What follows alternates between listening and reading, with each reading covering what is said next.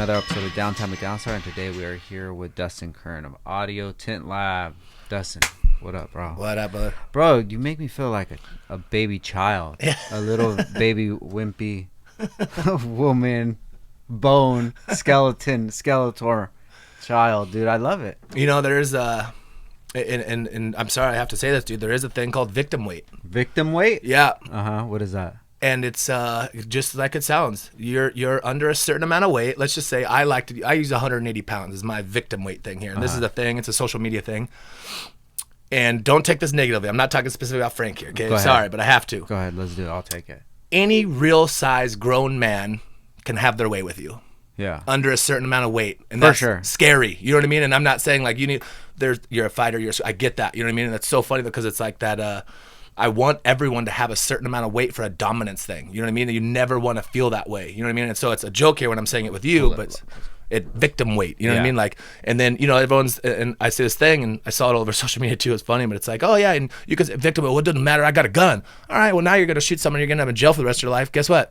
You're still at victim weight in jail now. Yeah. Now what are you gonna do? Your gun's gone. You know what I mean? Damn, yeah, because I'm like 145, bro. Okay, yeah, I'm like getting taken advantage of. Yeah.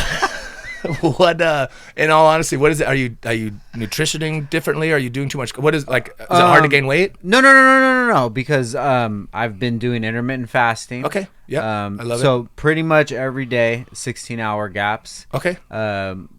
Some days it'll be 14, but most of the day I try to do it 16. Yeah. Good. And then running a lot. Good. Cutting down on junk food. Yep. And things like that. Yep. I cut out caffeine. Okay. So I was on my everyday coffee. I mean, it was black coffee, but still. Yep. If you're drinking caffeine, then you're drinking energy drinks, yerba, whatever. Everything mixes in. So I'm just trying to stick to like, just be a lot more conscious. Yep. I love it. And that's like my natural body. Yep. Is like 145. Yeah. Somewhere around there. Yeah, which is probably a healthy weight. I mean, let's be realistic. You know yeah. what I mean? I feel great, dude. When I would be smoking a lot and just eating like crazy, it would probably like high 150s. Okay. But on me that it looks like a lot like my face starts to get a little more chunky. Yeah. You look healthy. You know what I mean? Which is great. You know what I mean? I have to make fun of it just because I'm trying to be freakishly heavy and. No, you know what I mean? I wish, dude. I wish I had a man body, but it's okay. You know what it is you're closer to like a Viking and I'm closer to like the next evolution, which is like the aliens. We don't need bodies. We don't need bodies. Look at how I can walk. It's like, I can just float, bro. I can just float. I'm over here sweating just sitting here. So I get it. It's not fun. You have a grounded body. Yes. It doesn't come off the ground. I could float, dude. I could float. You should see me swim, dude. Yeah. Hey, I can swim pretty good, actually. I can swim. I just said you can see me swim. I didn't say I was good at it. You should see it one day, dude. Oh shit, bro. We haven't been in here since 2021. It's been that long. It was like May 2021. That was the second one. That was the second one. That's crazy, right? Wow. Yeah, that's insane. The first one was before. Yeah. And the second one was right after. I don't know if we did 3 then. Because it was 2021, the last one that I saw. Well, yeah, I think we did one before jail. Yes. Then we did the one after jail. And then maybe we did another one after that. After that. Okay, that makes sense. Got you. But damn, it's been since 2021. Wow. Yeah, lots happened. Yeah, for sure, bro. Yeah. Let's get into it. Yeah. Let's do it. Damn, so you've been going through a lot of life changes recently. Yeah, especially since 2021. Yeah. Yeah. Married, finally. Same. Congrats yeah. again, bro. I mean, I love it, man. 13 years together, but married coming up on 3 years, so did that. Oh, wow. Best thing I ever did. Yeah. Not being cliche on a podcast right now. It's the best thing I ever did by far. Let me ask you this. Okay, so you got married and you had your bridal party and everything. Are you still in contact with everybody that was in your bridal I didn't party? do it. We did the opposite. Okay. And it was always our thing. We thought about the big wedding. She's got a big family. I have no family. My family's tiny, typical, you know what I mean? Just, I don't have any family. She got a huge family. Very Latino culture, you know what I mean? Very big family. And we started thinking about, all right, so we got to invite mom, we got to invite dad, we got to invite the brothers, the immediate household. Well, then we got to invite the sisters, the brothers. The sisters and brothers have kids, the cousins. And we're getting to like the 120s, 130s. Woo. And she already started panicking, stressing. You know what I mean? This person this one doesn't get along with this one. And I was like, babe, whatever you want to do, though. I'm not going to say no to you on anything. You know what I mean? Like, yes, we're going to have a cap that we're going to spend. I'm not going to tell you no. Yeah. She finally was just like, I just don't, you know what I mean? Let's just get married at the courthouse. Okay. And I was like, all right, we'll ball out on a vacation. So we did that. You know what I mean? So sick. we got married, spent all the money. We went away with the kids for a week. And that, you know what I mean? Like that was, so honeymoon / bridal shower. You know what I mean? Like all in one, which was super neat. And it created no animosity. She had no stress. She didn't have to pick anything crazy out. She didn't have to worry about food and who doesn't like who. And you know what I mean? Like it was the least, we showed up, we invited her mother. You got to have a witness. Invited the mother, had the kids there, had her grandma there, which is very, very close with her grandma. And I mean, it was beautiful. You know what I mean? Like, believe it or not, the courthouse is set up pretty nice. You know what I mean? Yeah, dude. It's like, it's not, I was like, God, it's going to be run down. This is going to be bad. Dude, it's beautiful. You know what I mean? It's nice scenery. It's got seats for everybody. You know what I mean? Like, it was to have my kids there. And I didn't stress on anything. I wasn't worried about, is the food going to be late? Is the food going to be cold? Is there enough drinks? Is there enough alcohol? Is there enough everything? You know what I mean? I got to sit and be in the moment with my wife in the most important day of my life. You know what I mean? Yeah. And I say most important, I'm sorry. Kids were second. You know what I mean? My marriage is the most important thing. You know what I mean? And it was so much better. You know what I mean? It's so much better. You know what I mean? And it's like the money, I look at it, and it wouldn't have put me in debt, but it would have racked me back 50 grand. Yeah. We saved, we only spent 10 grand on our vacation. And it's in the bank. You know what I mean? Like, damn, yeah. It's so nice. 10 grand on a vacation. That's a good ass vacation. Yeah, you know what I mean? Like, yeah. And that was, going a little bit more out. We got the bigger house. We got the big, you know what I mean? Like, we went all out. You know what I mean? And it's like, and then for our anniversary last year, went to Hawaii. Yeah. Crazy resort. Went to Kauai for a week. You know what I mean? Like, oh, you went to Kauai? Yeah, and it was cool, man. Most beautiful. I love Kauai. We're actually doing Waikiki here soon with the kids. Well, in April, not soon. Well, kind of soon. Yeah. But Kauai, one of my closest friends lives on Kauai Island, and that's kind of what drew us there. Gotcha. We stayed at a place called the One Resort. I mean, they. That's in Princeville, right? Yes. Up north, all the way out the top north of the island. Yeah, exactly. And I know where you're talking about. I get out there, and we got like, the Kapua suite, whatever it was. You know what I mean? We got the biggest, baddest. Going down there, and I kept having to get our rental out of the every time when we wanted to go somewhere, get the rental. It was obnoxious. Well, they're sitting there, and after like the second day, they're like, "Hey, we have free loaner cars," and I'm like, "Dude, hell yeah, you're RS8." Oh, shit. Audi RS8 was the loaner. I was like, no way. You guys are gonna give this to me? You know what I mean? And I was still drinking at the time, so 120 on Kauai Island and RS8 at 2 o'clock in the morning. You know what I mean? Then the scary part is because there's no one out. Yes. That place shuts down at like 9 p.m. It is done. So like I'm the only car, and it's an RS8. Dude, you know what I mean? It was insanity, but it was the most beautiful trip. The water, I hate the ocean. Ventura Ocean. I don't get along with it. I'm sorry, it's disgusting to me. Most beautiful ocean ever. Seeing my feet at chest high. You know what I mean? That was the most beautiful trip we've ever had by far. You know so that's the one where you can look out and you see like the whole harbor. Yep. Right. Everything. There, right? Yeah. Like that's our backyard to the hotel or resort, whatever they call it. You know what I mean? So yeah, it was beautiful. Yeah, because we stayed down the street from that. You know how that whole street is all the condos and stuff. We stay down there, and when we go for our runs, we run that way. So where you would check in. Like if you go to the resort, we just loop around right there. Okay, cool. But we saw the parking lot on the right hand side, and we were passing and we're like, dude, why is there all these? They look like rental cars. Yeah. Because everything was parked backwards, and the way that it looked like it was organized. So that's probably what it is. It's just like you just go borrow a car. Yeah, they're just like, here's the keys, and I was like, no way. That's so crazy. Yeah, and I'm like, of all cars, you know what I mean? Like I was like, cool, you know what I mean? And that thing boogied, you know what I mean, for what it was. Of course, we've driven faster, but it was so much fun. You know what I mean? Like, even though we were cool, dude. We were drinking still, but it was one of those, I hate to say that, the drunken that it was beautiful. Just me and the wife, the connection, the singing, you know what I mean? Like, we had so much fun, man. That was such a beautiful trip. So we didn't take the kids. Yeah. It was our anniversary. We were a little selfish in a good way. So this one we'll do with the kids. That's why we're doing Waikiki. We got to do, Kauai is not built for 9, 10-year-olds, you know what I mean? About 10 and 11 now. So that's why we're like, all right, let's do more touristy, kid-friendly, but still get the beautiful Hawaii experience. Yeah, I've never, just a little closer, bro. My bad. You're good. Getting way too intimate. Yeah. You got to be up on this shit. Like, back in the day. Remember Howard Stern, bro. Do you ever used to fuck with Howard Stern? No, you know what's funny is I would watch snippets and things, you know what I mean? Which I hate to say is what I do with most podcasts, and those are like, give me the juice, you know what I mean? Like, and I love, don't get me wrong, if I consider, I never have enough time to sit and listen to a Joe Rogan 3-hour podcast, even though I want to. Jordan B. Peterson, I want to hear everything he has to say. When he has certain people, but I'm like, all right, like, phone call, customer, you know what I mean? So it's like, give me the juicy stuff, you know what I mean? Same with Howard Stern. Yeah. Well, how about back in the day when you were working at the Audio Experts? Would you guys ever listen to like was it like FM Talk, like you know, like Tom Likas? No, I remember the name Tom Likas, but no, we did. You know what's, believe it or not, because that was when SiriusXM first started getting big. Yeah. We would put on Howard Stern. My boss was like, I don't care if women don't like it. We're gonna listen to it. You know what I mean? I was like, all right, I'm not mad. Cool. You know what I mean? Like, but when a female came in, I was like, all right, we're gonna turn this down. Yeah, I say that because when you were working there, that's when I was when I was working at Best Buy. Yep.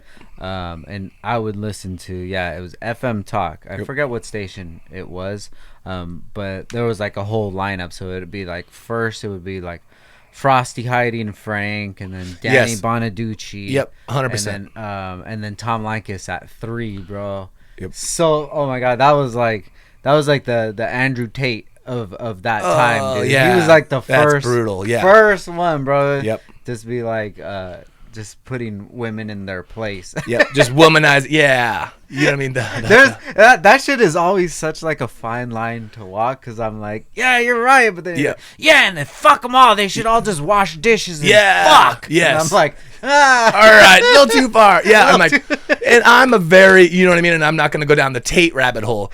I'm such a traditional guy, and I'm lucky my wife lets me, and we live a traditional life. She's retired. She's done. She hasn't worked in 11 years. Oh, nice. When I say work, she hasn't gone to a job of, you know what I mean? She takes care of 3 kids, you know what I mean? Like, and I don't want to say she loves it at all times, of course not, but she loves the lifestyle. Like, I heard this thing the other day, and it was the perfect way. I'll never know what it's like to be the default parent, but she'll never know what it's like to be the default provider. Okay. And the give and take, you know what I mean? I go to work, I bust my ass, I do what I do, I make the money, I pay for this home, I pay for your car, I pay for the food, I do it all.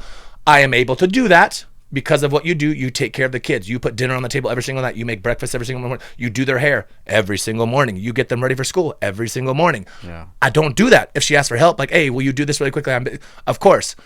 Now, the dishes, they're just done. You know what I mean? And I don't mean that like, I work, so you better do the dishes and cook and clean. She is just very adamant about making sure I don't have to do that, because she doesn't have to do this. And there's, of course, give and take. I see a thing full of dishes, I do them. Now, why I do them, though, is because the sooner she gets through, I'm going to say chores, not in a negative manner. When she gets through with them, that means she gets to be with me. So if I see a stock of dishes while she's cooking dinner, I'm doing the dishes because I want to get in bed with my wife sooner. You know what I mean? So I don't know if it's selfish, but it's not like, well, I'll just do the dishes because I never. No, I want to hang out with my wife sooner. I want her undivided attention as quickly as possible. I love it, And that's why, again, I take the kids to school every single day. She goes with me. She normally picks them up. Last couple of months, I've been very, very fortunate. I have not worked a full day in like 2 months. I've been enjoying my kids. I've been enjoying my wife. I've been enjoying life. Sometimes I lay in bed till 11. You know what I mean? Like, and I do with her. You know what I mean? So like, we get to do everything together now, which has been super nice. And of course, now that I'm home more, I help her with a little more things. You know what I mean? Like, but it is so nice to know that. You know what I mean? Like, I don't want to get down, and I know this name is the Charlie Kirk thing. Yeah. Now, when I say that, though, and what he believes, and nothing against if you don't, if your wife is a breadwinner, that's fine. But I love the idea of the man working and being able to afford life, and the woman stay home and take care of the children. For sure. It sounds barbaric. Well, women don't. It's not because I don't think you can't do it. I don't think you should have to. I don't think that back in the barbarian days, the man went out and had to kill saber-toothed tigers and bring it home to eat while she stayed home you know what I mean? Like, America has created a sense of we need dual incomes to get by in life. And I can't knock that. I'm not saying that. But I also think that the man should work harder so that she doesn't have to if she doesn't want to. You know what I mean? Yeah. If she wants to, please do. If my wife said, I want to get a part-time job because I just feel useless, baby, go get a part-time job. No problem. I'll get you a part-time job. I don't want you to have to go back to work unless you want to. And that's, well, that doesn't sound fair. I'm sorry. You know what I mean? Like, I want my wife to be home, to cook, to clean, to take care of my children, and not be raised by someone else. And for the bigger reason, when they were younger, I take them to a daycare provider, and they come back with a scratch that's funny. I'm going to prison for the rest of my life. Yeah. I don't ever want to do that. You know what I mean? Like, I don't want to put myself in that predicament. So it's like, I'm so grateful. I was able to afford at a very early age, while she was about 6-7 months pregnant when I let her retire, and she's done. You know what I mean? And that was it. And like, she loves it. Does she get, does it suck sometimes? I come home from work all day when I'm working, and I want to be home. I'm at work. She wants to get out. Yeah. And it took me a little while because I'm like, dude, I just want to relax. Yeah. And I just want to get out of the house. I've been here stuck all day with kids asking about food every 20 minutes. Yeah. And she is, I'm not saying this again, the cliche, she is legitimately, and I'm not knocking anyone else's, but in my seen beliefs, she is the all-around best wife and mother. I'm not kidding you. She never gets sick of the kids. She never complains about, like, does she get frustrated sometimes because he wants pizza bites, he wants rice, and he wants macaroni and cheese? Of course. Yeah. But she does it, and there's no complaint. She's just so good at it. You know what I mean? Like, it's unreal. Like, I'm going to get teary-eyed. You know what I mean? Because she's just so good at it. Like, she's just the best, period. You know what I mean? She just is, and it's nuts. She loves it. I love it, bro. Yeah, and the way I see it is you design the life that you want. 100%. Like if I ask anybody's opinion, yeah, that's one thing. You could give me your opinion. Yeah. But like, I'm in a position where I don't need to ask anybody anything about life. This is what I do. This is how we navigate, and this is what it is. Like if that, like, I don't go by any sort of societal norms, because like I feel like the society, the way to run in a society is for the majority of people. 100%. The position that I'm trying to put myself in is the minority of people. And that's not only with income, it's everything in life. Everything that I do, I want to strive to be the best at it. For not for ego purposes or anything like that. Just because, like, well, if I'm gonna do it, then I just want to do it. I want to be good at it. My way. I want to be good at being a father. I want to be good at being a husband. Yes. I want to be good at being a business owner. I want to be the best. So I want to be I want to be the best that I can be. And the agreement that my wife and I have, like, the same thing. Like, she doesn't work anymore, and she loves it. You know, that doesn't mean that she's just kicking it all day. She has another life to be responsible about. And we have such a great time. But then, like, when I see other dudes that, like, they split it half and half, it's like, oh, that's cool, if that works for you, but that wouldn't work for me. No. Who I am, my values, the things I focus on, the man that I want to be on my tombstone.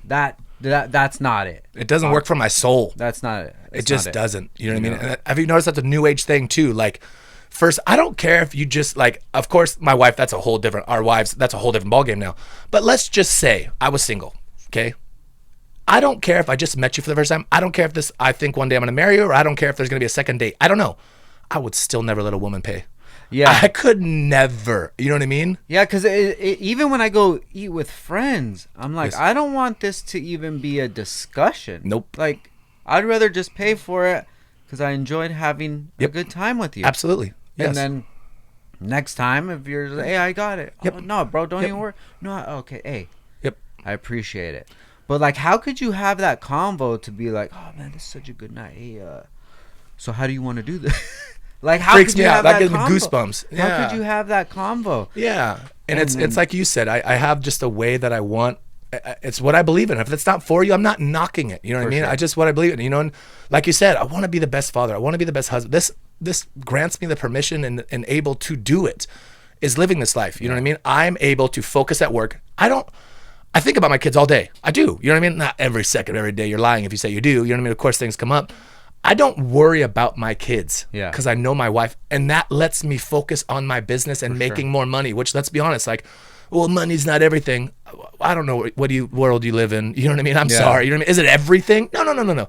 But would 99% of your problems be solved with an abundance of money? Yes. Sure. You know what I mean? Yeah. And going down that cliche route, the money doesn't solve all your problems. It solves most of them, dude. You know what I mean? Like, I'm sorry, it really does. And I don't know if you've noticed, going back, like you said, like, I want to be the best at this. I don't know if you've noticed this. This has been a big thing, and I posted it the other day. I don't know if you saw it, but this, and I'm talking about right now. I'm talking today, whatever the date, to the 10th today, okay? October 8th. This is the easiest time I've ever seen in my life, 36 years of living, to beat everybody else. For sure. And I'm not knocking anyone. I blame COVID a little bit made people lazy. You know what I mean? For to an extent, like, and they haven't got out of it, this whole working from home thing. But, and I'm talking about, this is coming from a sober, which we'll get into the sober thing here soon. I think it's a sober state of mind. And how it's so easy for me my wife doesn't need to work because you guys are too easy to beat, and I don't mean that you don't have the potential to do it. For sure. But the guys that I'm going up against are at Dargan's downtown every single Friday and Saturday. They're getting drunk every day. They're having a barbecue with their friends. They're at the beach on a Wednesday. They're like, you guys are you're eating fast food you're too easy to beat. It's not like I'm in a competition. I want to beat you. You're making it too easy for me to excel. You know what I mean? Sure. And I think that gap has finally come because COVID kind of clumped us all together in this one entity of like, we're all just sort of getting by. Certainly, everybody had a bunch of extra money, and you're like, okay, now I'm not even defined by by money. Yep, we're all I get you. And it made it so easy. And then I mean, just like you and we've talked about this, but like me and you and I'm sure, like, we crushed it during COVID. We made more money than we'll probably ever make again. I hope not. You know, I hope we have another insane year, 2, 3, whatever. But that made that crowd of people because that generation came out right out of college, whatever it was, maybe high school, whatever, and like, oh, I can just have a home. I don't even know the word for it now when you work from home. It's going to drive me nuts. Yeah. Not network. Remote. Yes. The remote jobs. You know what I mean? And people have gotten, and no knocking remote. I love that. You know what I mean? Like if you can't, but it's like, there's more now. You know what I mean? We're done with the remote stuff. We're done. It's like, it's made it like so easy. You know what I mean? And again, going down the sober thing, it's like, I work and this is, I'm going to change this. This is now that I'm back in, I've gotten to where I am. I've gotten the amount of days sober I am and all that. Like I'm going to kick it back into a high gear. I'm at like 20-30% right now. Got you. And I am whooping ass. You know what I mean? Because I'm sorry, you guys are too easy to beat. You know what I mean? Like they're just making it too easy.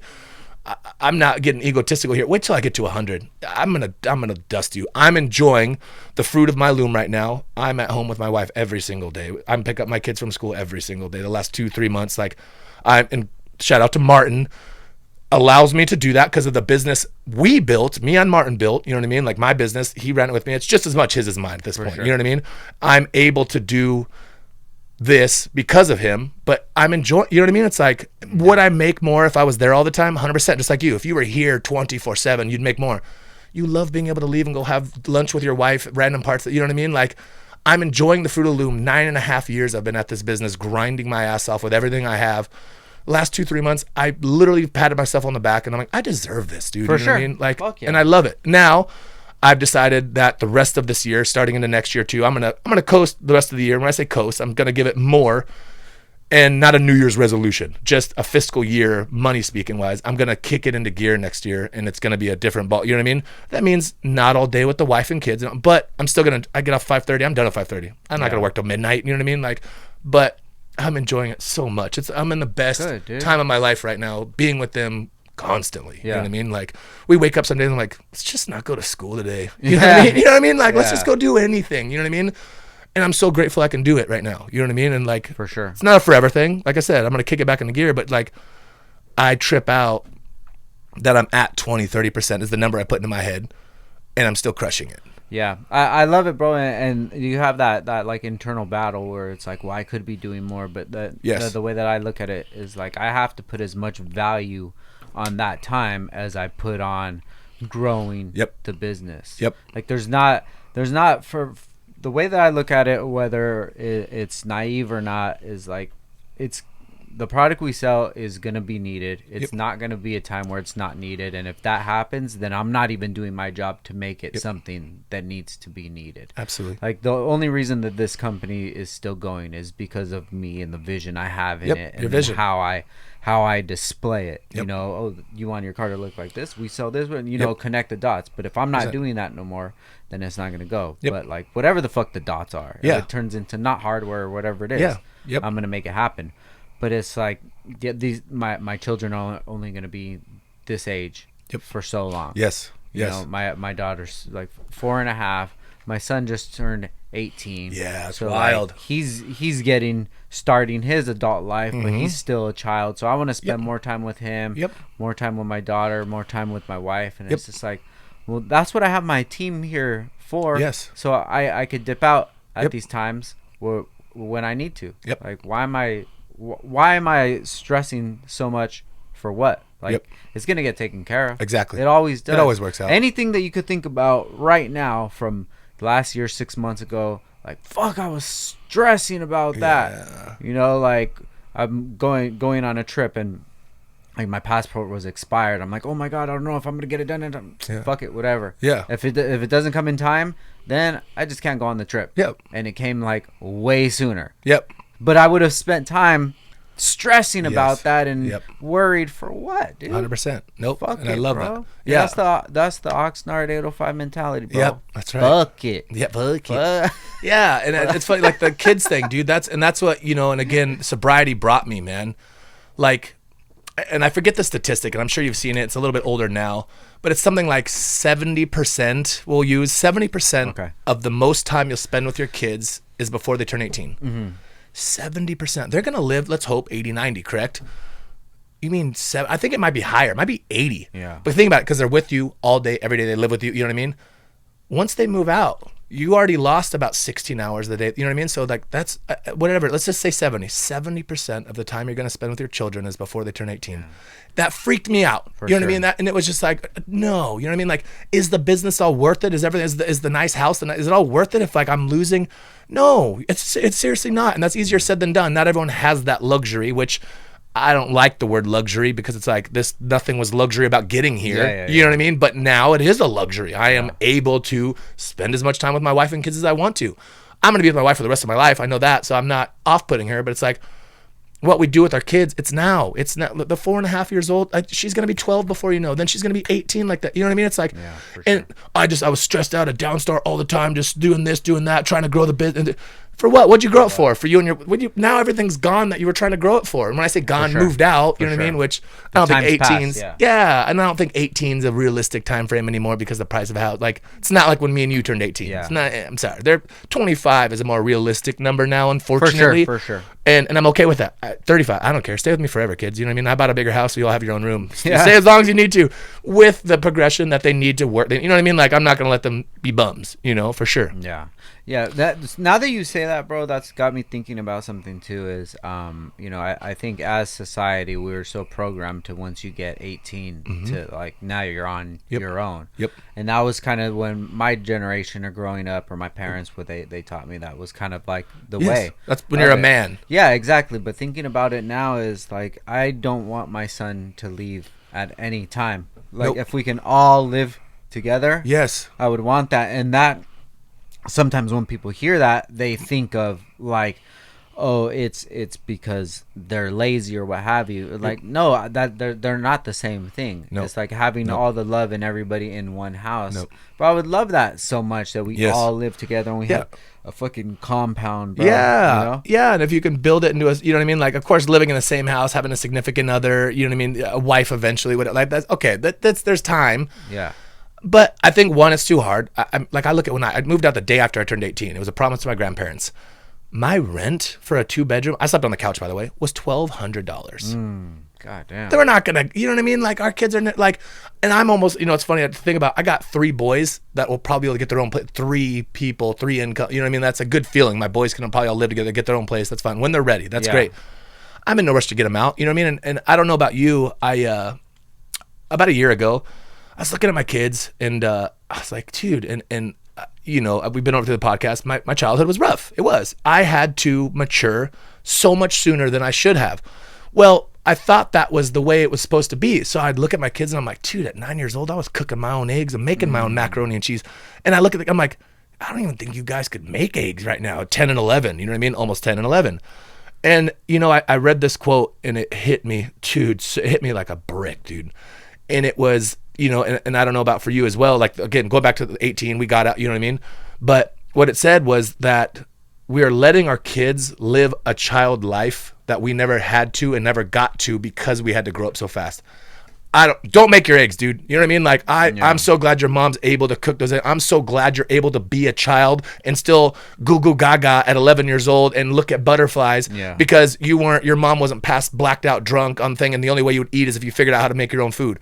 I'm letting my kids live a childhood I never got to live. Stay immature. You know what I mean? We can grow up later. You know what I mean? It's not going to make it any better. My kids, I was dirt biking at 11. My kids don't dirt bike yet. I'm fine with that. You know what I mean? Like, they don't make their own food. I'm fine. Like, and it hit me so hard because it like, makes you think about your life as a child. And it's like how fortunate I am, again, going back to luxury. Like, I'm letting you guys just live a childhood. I didn't get to. Like, I was a grown ass man at like 14. You know what I mean? Like, they won't be. And I love that. You know what I mean? If they want to be, if they want to do more, they want to become entrepreneurs, if it, whatever, you know what I mean? Of course, get after it. Maybe it'll come. But it's like, in this time frame, I'm so glad they're children, dude. And I don't care if they grow up right now. You know what I mean? I don't want them to grow up at that point. You know what I mean? Because they don't have to. Yeah. You know what I mean? And I'm not going to give them the easy route. I'm not going to pay for everything. I'm not, you know what I mean? No. 18, you're on your own, dude. You're paying me rent. You're paying your car. You're like, dad is cutting you off at 18 financially with help. Hey, you need to get into your first place. You need first and last. Absolutely. You're my kids. You know what I mean? I will not baby my kids till they're 25 financially. That's not going to happen. Sure. So they're going to have to kick it into gear at some point. But right now, I don't care that you can't make scrambled eggs at 11 years old, dude. I'm so glad you can. You know what I mean? And I mean that. You know what I mean? Like, for them to live a childhood, you know what I mean, is the most amazing thing to me in the world, for sure. I love it, bro. I love it. And I think that our generation that we're in now is that we took all that.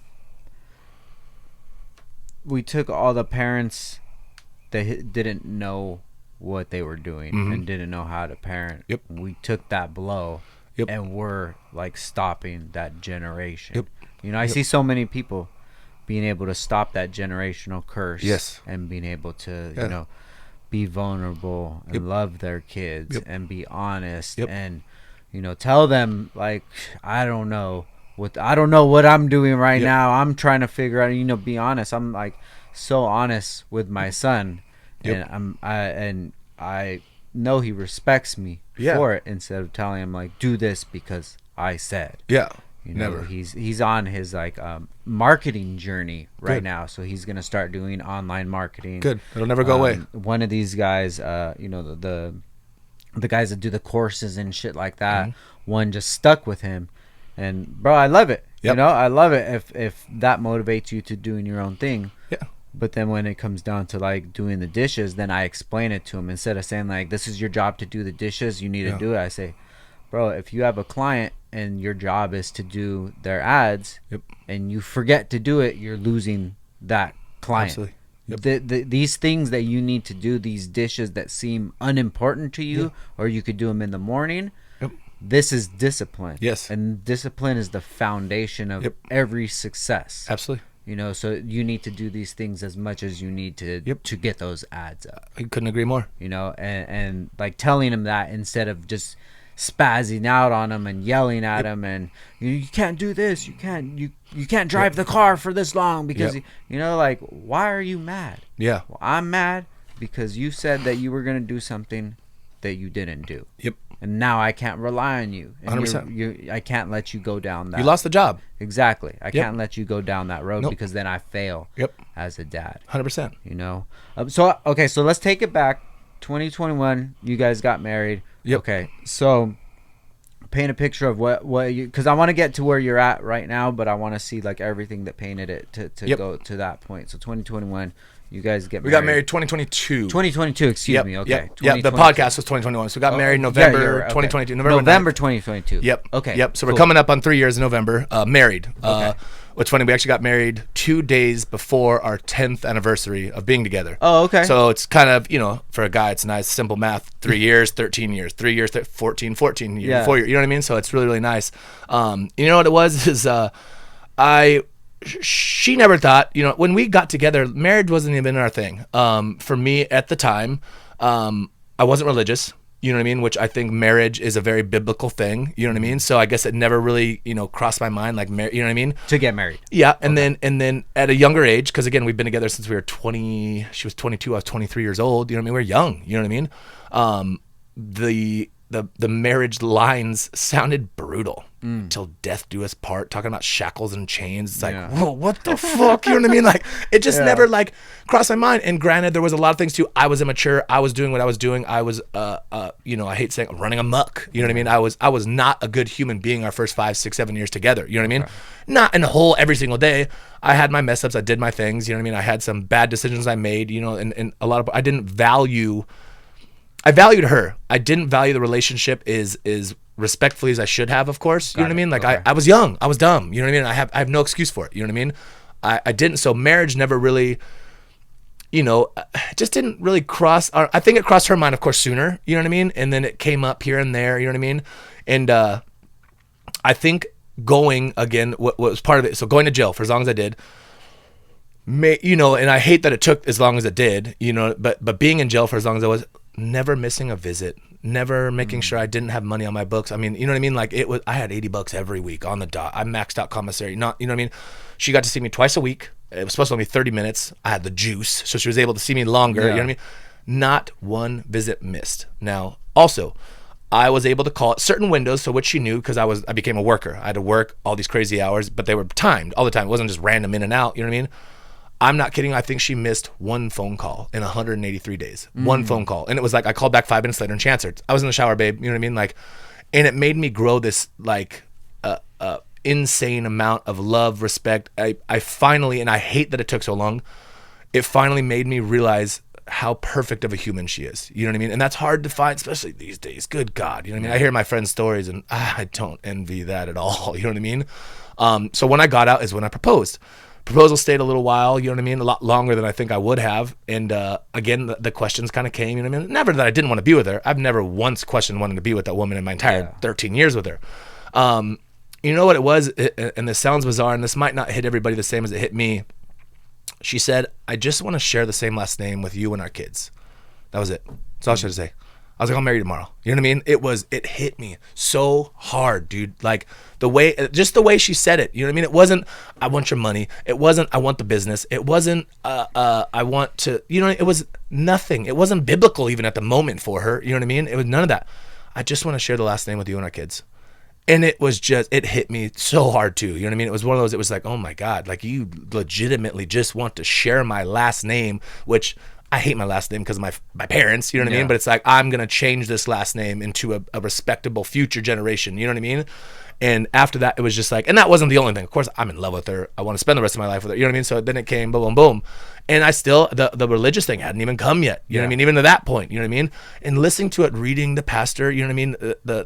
Read the biblical verses out, you know what I mean? I was like, whoa, dude, like this is gnarly. You know what I mean? Like still, but then it just became so much getting married, but it flicked the switch for sure. And I don't know if it does it for everybody. It wasn't like, it became, and when I say a job, not a bad thing, it became something like this is forever. You know what I mean? Like this is serious. You know what I mean? Like, and it became like the little fights that I would storm out and run out because and I'd go leave all night and go play pool with the homies and blah, blah, blah. Like, no, I got to stay home. I got to figure this out.Maybe I sleep on the couch tonight because, we're mad at each other. But you know what I mean? Like when I say it's a job, but a job that I know I need to keep for the rest of my life. You know what I mean?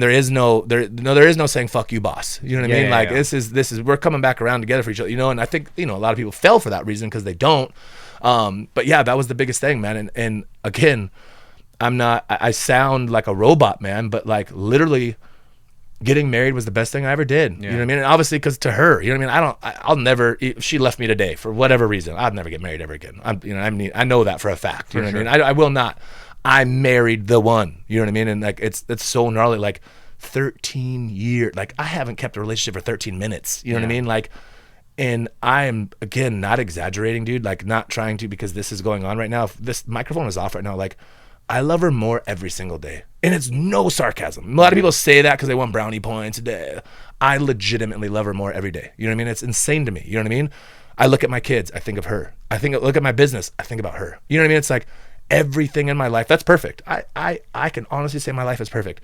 Am I filthy rich? No. But I've got everything I need. You know what I mean? And like, that's because of her, dude. And I mean that. Like, without her, if I would have ran amok and became fucking Mac Daddy Dustin of Ventura, I wouldn't have none of this. I wouldn't have any of it, dude. And I mean that. You know what I mean? Like, and when I say any of it, I wouldn't have the relationship with my kids. I wouldn't have the money from the business. I wouldn't have so much. For sure. You know what I mean? And that's what, it's crazy to me, man. It's nutty. You know what I mean? That woman has given me everything. You know what I mean? Truly everything. Yeah. Do you feel like she's the first person that you've ever felt like unconditional love from? Yes. And I don't want to go down that rabbit hole. And when I say, of course I would, I'm saying, but I didn't learn love from my parents. I never had it. You know what I mean? Like my mother birthed me. My father left when I was like 2. I don't even know my dad's name. This is so crazy. So when we got married, going back, they ask you for your father's first and last name. I had to call my grandma, his mother, who I don't speak to too much, to ask my own father's first name. And I was like, holy shit. Did he like go by a nickname or something? Buddy. Okay. Yeah. And I was like, what's his real name? You know, and it's either Robert or William. I know it's one of the two. And this is crazy because I just wrote it down 3 years ago and I already forget. But yeah, going back to unconditional love, my mother, I think, loved me, of course. You know what I mean? Like, I think she tried, you know what I mean? But drugs, alcohol was more important than me, you know what I mean? When she let me go, my grandparents adopted me. And so my parents, where's the love? You know what I mean? It's difficult when you lose all that. Then you go to grandparents. They had to adopt me. Was that unconditional love? No. It's like, well, we're not going to let him go to foster for the rest of his life. You know what I mean? So then I'm like, all right, I didn't really learn love there. And it wasn't until I met her, and I didn't see it in the beginning. I'd be a liar. Like, the day I met her, I knew unconditional love. I'd be a damn liar, okay? But I think through the things that I went through when I went through that really big case, when I went to jail, like I was like, dude, I lost everything. And when I lost everything, they took it. I mean, they took $1 million from me. It was everything I had to my name. I went into jail with a big baller. You know what I mean? I couldn't afford Taco Bell when I got out. I was in there for like 24 hours holding between blah, blah, blah, posted bail. I couldn't afford Taco Bell when I got out. God, I didn't have a fucking dollar to they took everything. This lady still wanted to be with me more than anything in the world. So is the first person I never felt that kind of love, because it was always like, hey, if you do this, I'll love you. I felt like, hey, if I did this for my mom because she was black, that maybe she'll look at me and she'll love me. Maybe if I make her food because I haven't seen her eat in 2 days because she's been vomiting from the Papa vodka bottles under her, you know what I mean? Like, there was always, I have to give something to get something. For sure. To my grandparents, I got to go to college because maybe they'll accept me.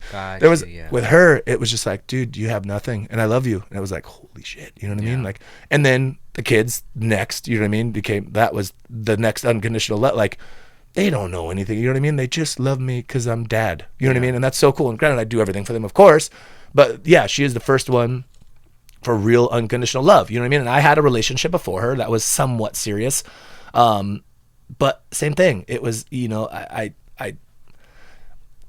didn't feel like I wasn't in love with her. You know what I mean? I genuinely wasn't. You know what I mean? I loved her, I think. You know what I mean? Like, as far as that goes, but like one day it just flicked a switch and it was like, like you can't be in love with someone that just flicks a switch. You know what I mean? Like, that's not real. You know what I mean? But when I met her, it was like, when I met Carrie, when I met my wife, again, this is coming up on 13 years next month, I had, and I feel like being sober has made me cliche, and it's not meant to be, but it's like, I had nothing to offer except potential. And I mean it. I had nothing. I worked at Audio Experts. I made like $897 every 2 weeks. You know what I mean? Literally, I didn't make $2,000 a month. Yeah. Okay. I think I made $1,400 actually was the real number after taxes. $1,400 a month. Okay. I had my own place because I was able to. I was distributing steroids, what I went to jail for. So I had a little extra cash, of course. You know what I mean? But legitimately, I had nothing to offer. Like, I had very little money. You know what I mean? I had one credit card I maxed out for her just to impress her. You know what I mean? When we first met. And she really, again, she saw it. She saw something I didn't even see. I didn't know. You know what I mean? Audio Tint Lab wasn't even really a thought yet. You know what I mean? Like, Audio Experts was still going. I didn't, you know what I mean? Like, so she didn't even, I didn't even meet her and like, I think I want to start a business. That's a thing to attract to a law of attraction. Like, this guy wants to start a business. I didn't even have that yet. I was like, I work 50 hours a week. I make $1,400 a month. You know what I mean? Like, and she was like, I love you. I'm like, what the fuck is wrong with you? You know what I mean? Yeah. So for her, you know what I mean? Like, but now she it's like making a good bet, dude. She gambled, and I hope she feels like she made it. You know what I mean? I really do. I hope she does. You know what I mean? And I guess we'd have to ask her. You know what I mean? For sure. I love it, man. Shout out to her, bro. That's amazing. Yeah. Just to be able to be there for another person and help them throughout their journey. Absolutely. So you went through what you went through. You guys get married November 2022. Yep. Okay, November 9th, 2022. So from there until you started to make these big changes in your life with religion and sobriety, which was very new. Okay, so what was that from 2023 till recently? What happened? Like, paint a picture of what your life was. Actually the downfall. Okay. It was all the downfall actually. COVID was good to us, made a lot of money, but I was a belligerent drunk. It started, hey, you're locked down, you gotta sit at home. I mean, and with her, we just drank, I'm talking the mags of champagne all day, every day through COVID, you know what I mean? Like, that all happened and, whatnot. And then the money came. It was kind of quick. It went from, we're all gonna die, the doors are shut, we can't open our business, to dude, we're making a little bit too much money right now. You know what I mean? And I've always drank. I've been drinking since I was 15. You know what I mean? I think we all did to some extent. You know what I mean? I was an early drinker, and the drinking got a little out of control during COVID. But it was like, dude, I'm making so much money, dude. This is easy. I was throwing shit against the wall and it was sticking. You know what I mean? Like, people would come in, I want this system. 15 grand. Okay. What? Yeah. All right, dude, let's go. You know what I mean? Like, it was too simple, and it, I don't want to say made me drink, but it was like, all right, you know what I mean? Like, dude, you're killing it. You have everything. Like, so the vacations were belligerent drunk. You know what I mean? And then it slowed down finally. What year? I'll say 2024 probably started slowing down. The end of 2024 is I think when the gold rush stopped. Gotcha. And I kept drinking. You know what I mean? And I drank a lot. And but again, it was normal. I wasn't drinking to the point where like people were looking at me like, dude, this dude drinks too much, dude. Like, I was drinking with everybody else doing the same exact thing. You know what I mean? Her by default was drinking with me. Obviously not as much. She's, a quarter of my size, but we would drink all the time. And it was nuts. You know what I mean? And then it got a little better before it got worse, I think. And it's funny. So Kauai, the trip we went on it was our second year in marriage. I was out there again with one of my closest friends who lives out there, and he's one of those guys, he probably drinks 3 times a year. Got his head on his shoulders, multiple businesses, 2 houses in Kauai, owns the Ink House. So he owns the Ink House downtown. And he does very well, and it was like he saw me, and I was ordering quad drinks. Not doubles. Yeah. Quads. Hey, can you give me 4-shot whiskey and Coke? And they're like, what the fuck is wrong with you? And my boy looked at me, he's like, hey man, that's kind of crazy, dude. You know what I mean? Like, have you ever thought about like not drinking? I'm like, what are you talking about, dude? I'm on vacation, man. Piss off. You know what I mean? And so I kind of thought about it, but we had a blast in Kauai. No drunken fights, like we genuinely had a belligerent love fest. You know what I mean? So like Kauai did not like necessarily do it, but I had been getting out of control before that. I got up to a gallon of whiskey a day. I was buying a gallon from Vaughn's, and it's, 1.75 liters. It's not like a full gallon, but the ones I'm talking about, the big boy bottles. Every single day. I was having to buy one almost every single night, if not every other night. You know what I mean? At max. The weekends, for sure. You know what I mean? And I picked up, I started playing a lot of pool because I was drinking, shooting pool, and came home, you know what I mean? She kind of got over it after a month or two, and I was like, dude, I'm obsessed with pool, but it was drinking, you know what I mean? And I started getting out of control, not coming home until 2 or 3 in the morning, you know what I mean? Playing pool. My buddy owned the bar, so like we could stay later, and we kept going, you know what I mean? I was coming home belligerent every single night, and I never really caused like a, you know what I mean? Like I never stumbled in front of my kids. I never slurred in front of my kids. Like I'm a very composed drunk, you know what I mean? Like I handle it, and not pridefully here, I handle my booze very well. Yeah. You wouldn't know I drink a gallon a day. You'd have no idea. Normal people would black out and die. I'm functioning, you know what I mean? Which is not okay. Functioning alcoholic is not okay. So Kauai got back, and she was like, hey, I think when we get back, I want to like slow down on the drinking. And she'd already been kind of asking me to stop. She called a couple of my buddies, like, hey, can you like get a hold on Dustin, man? Like this is every single night he's coming home wasted. You know what I mean? And this was when? This was November 15th. Okay, no, of 2024. Of 2024. Okay, yep. Got you. And right after our honeymoon. So we get back, and again, she had been begging me probably for a year to stop. You know what I mean? Like she called some very what's the word, important people in my life to call me, like, that are sober. So like my buddy that was out there in Kauai, hey man, you gotta like, dude, she's worried about you, man, blah, blah, blah. Whatever, dude, I'm fine. You know what I mean? Yeah. Another buddy of mine, Steve, who probably my biggest mentor in life, and he goes, hey man, like you're out of control, dude. You know what I mean?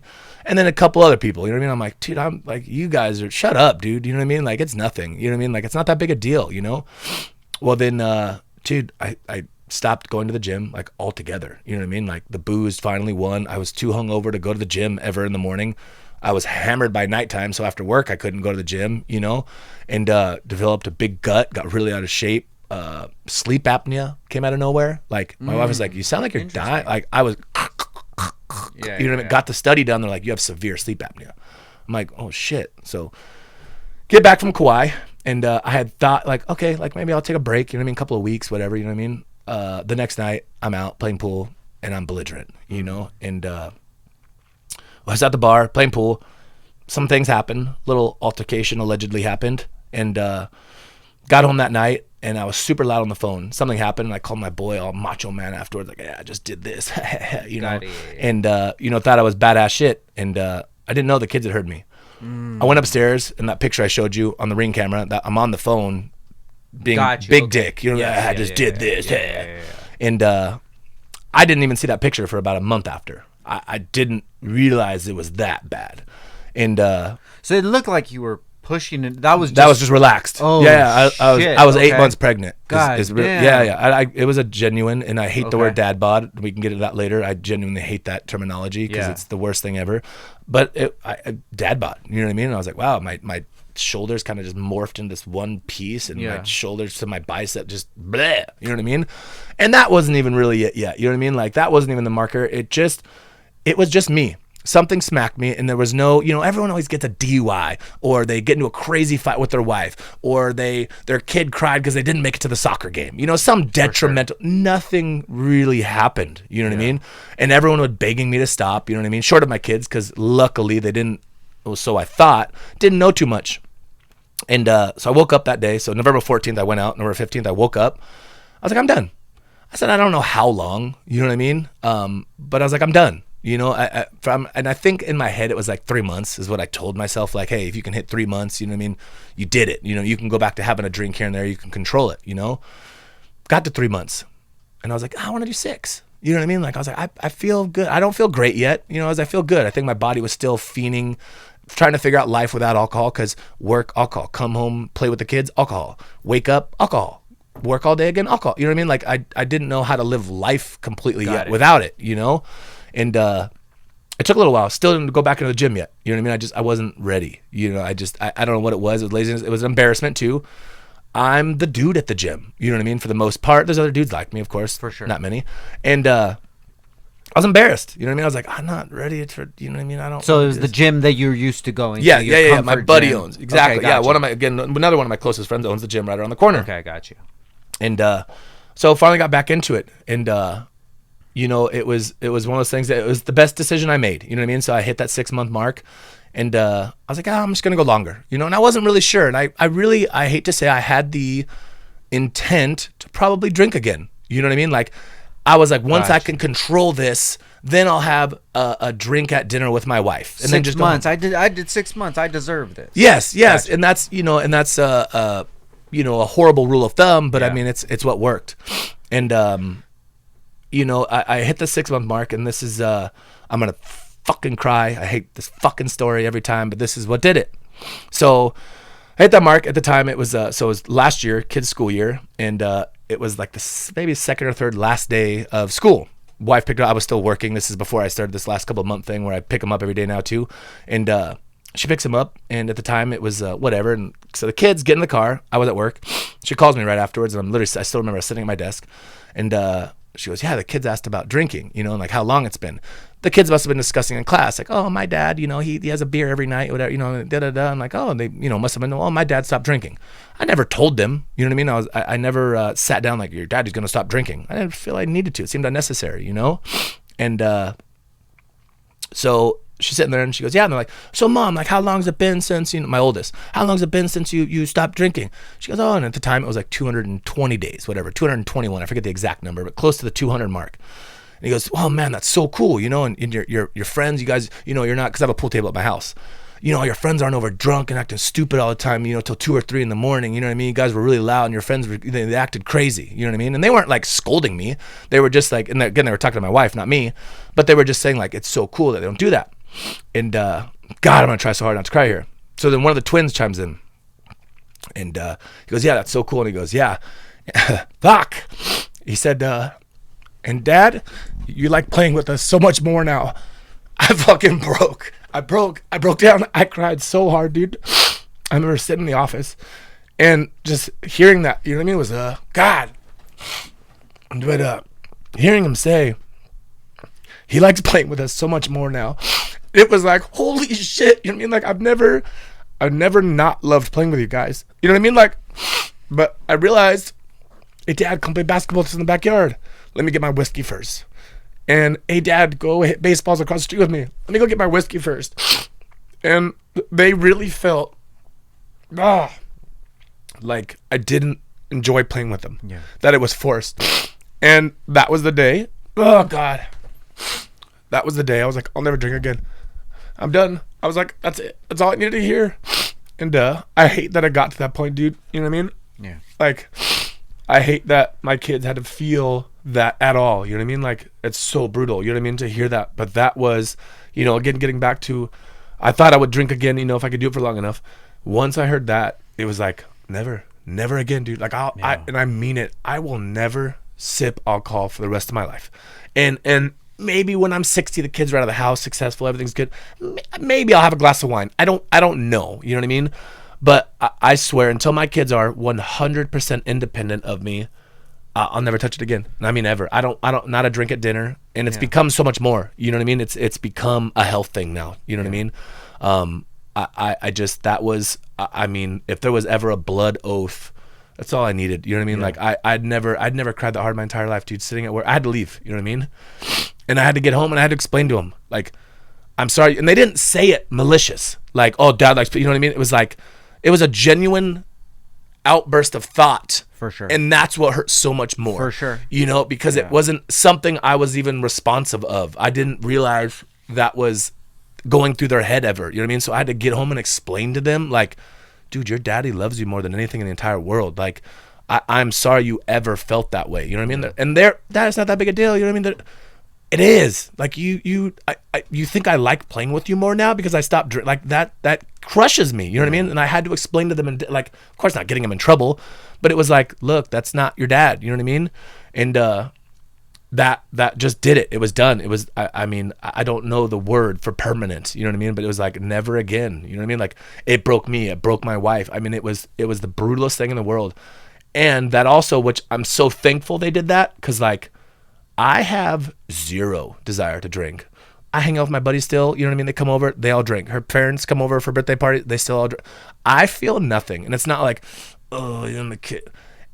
That plays in my head, you know, and it played like, I mean, even on the way over here, because I knew this was going to come up, you know, and I wanted to talk about it. Like, I started crying on the way over here even, because I'm like, God, I got to tell this story again. I have to relive that moment. And it's so brutal. And I love telling the story though, because it's like, I'm not going to put his name out there. One of my boys came by the other day.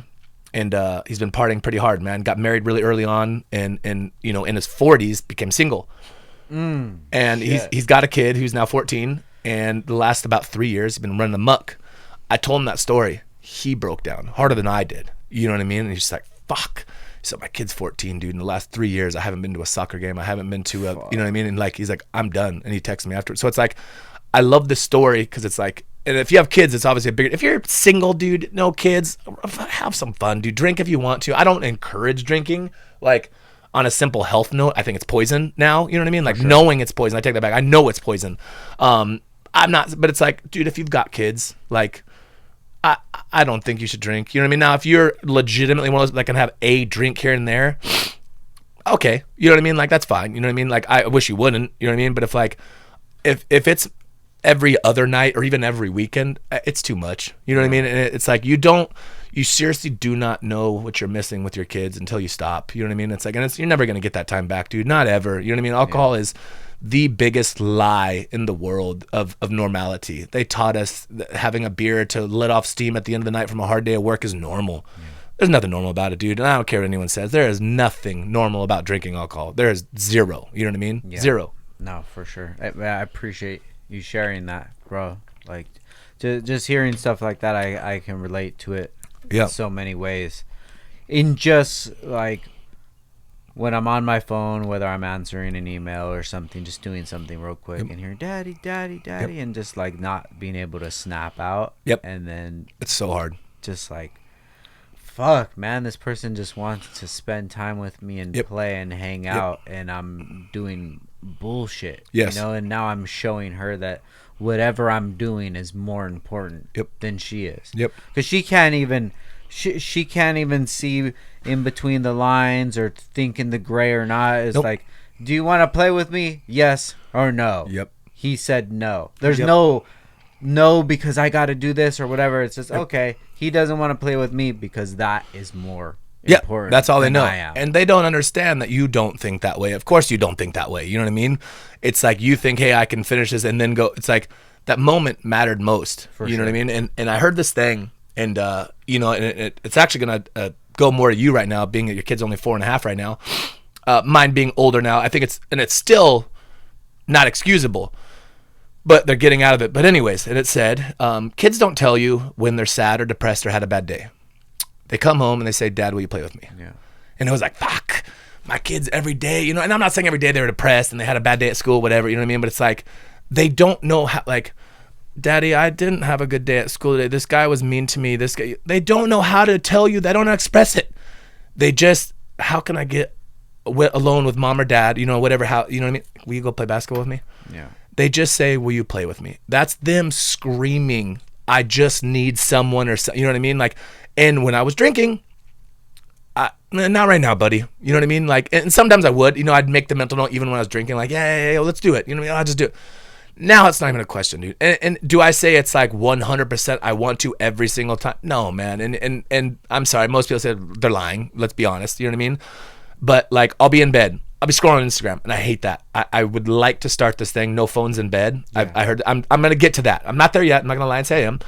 But I'll be scrolling through, I'm just getting into these rabbit holes. You know what I mean? Yeah. And Dad, you play basketball with me?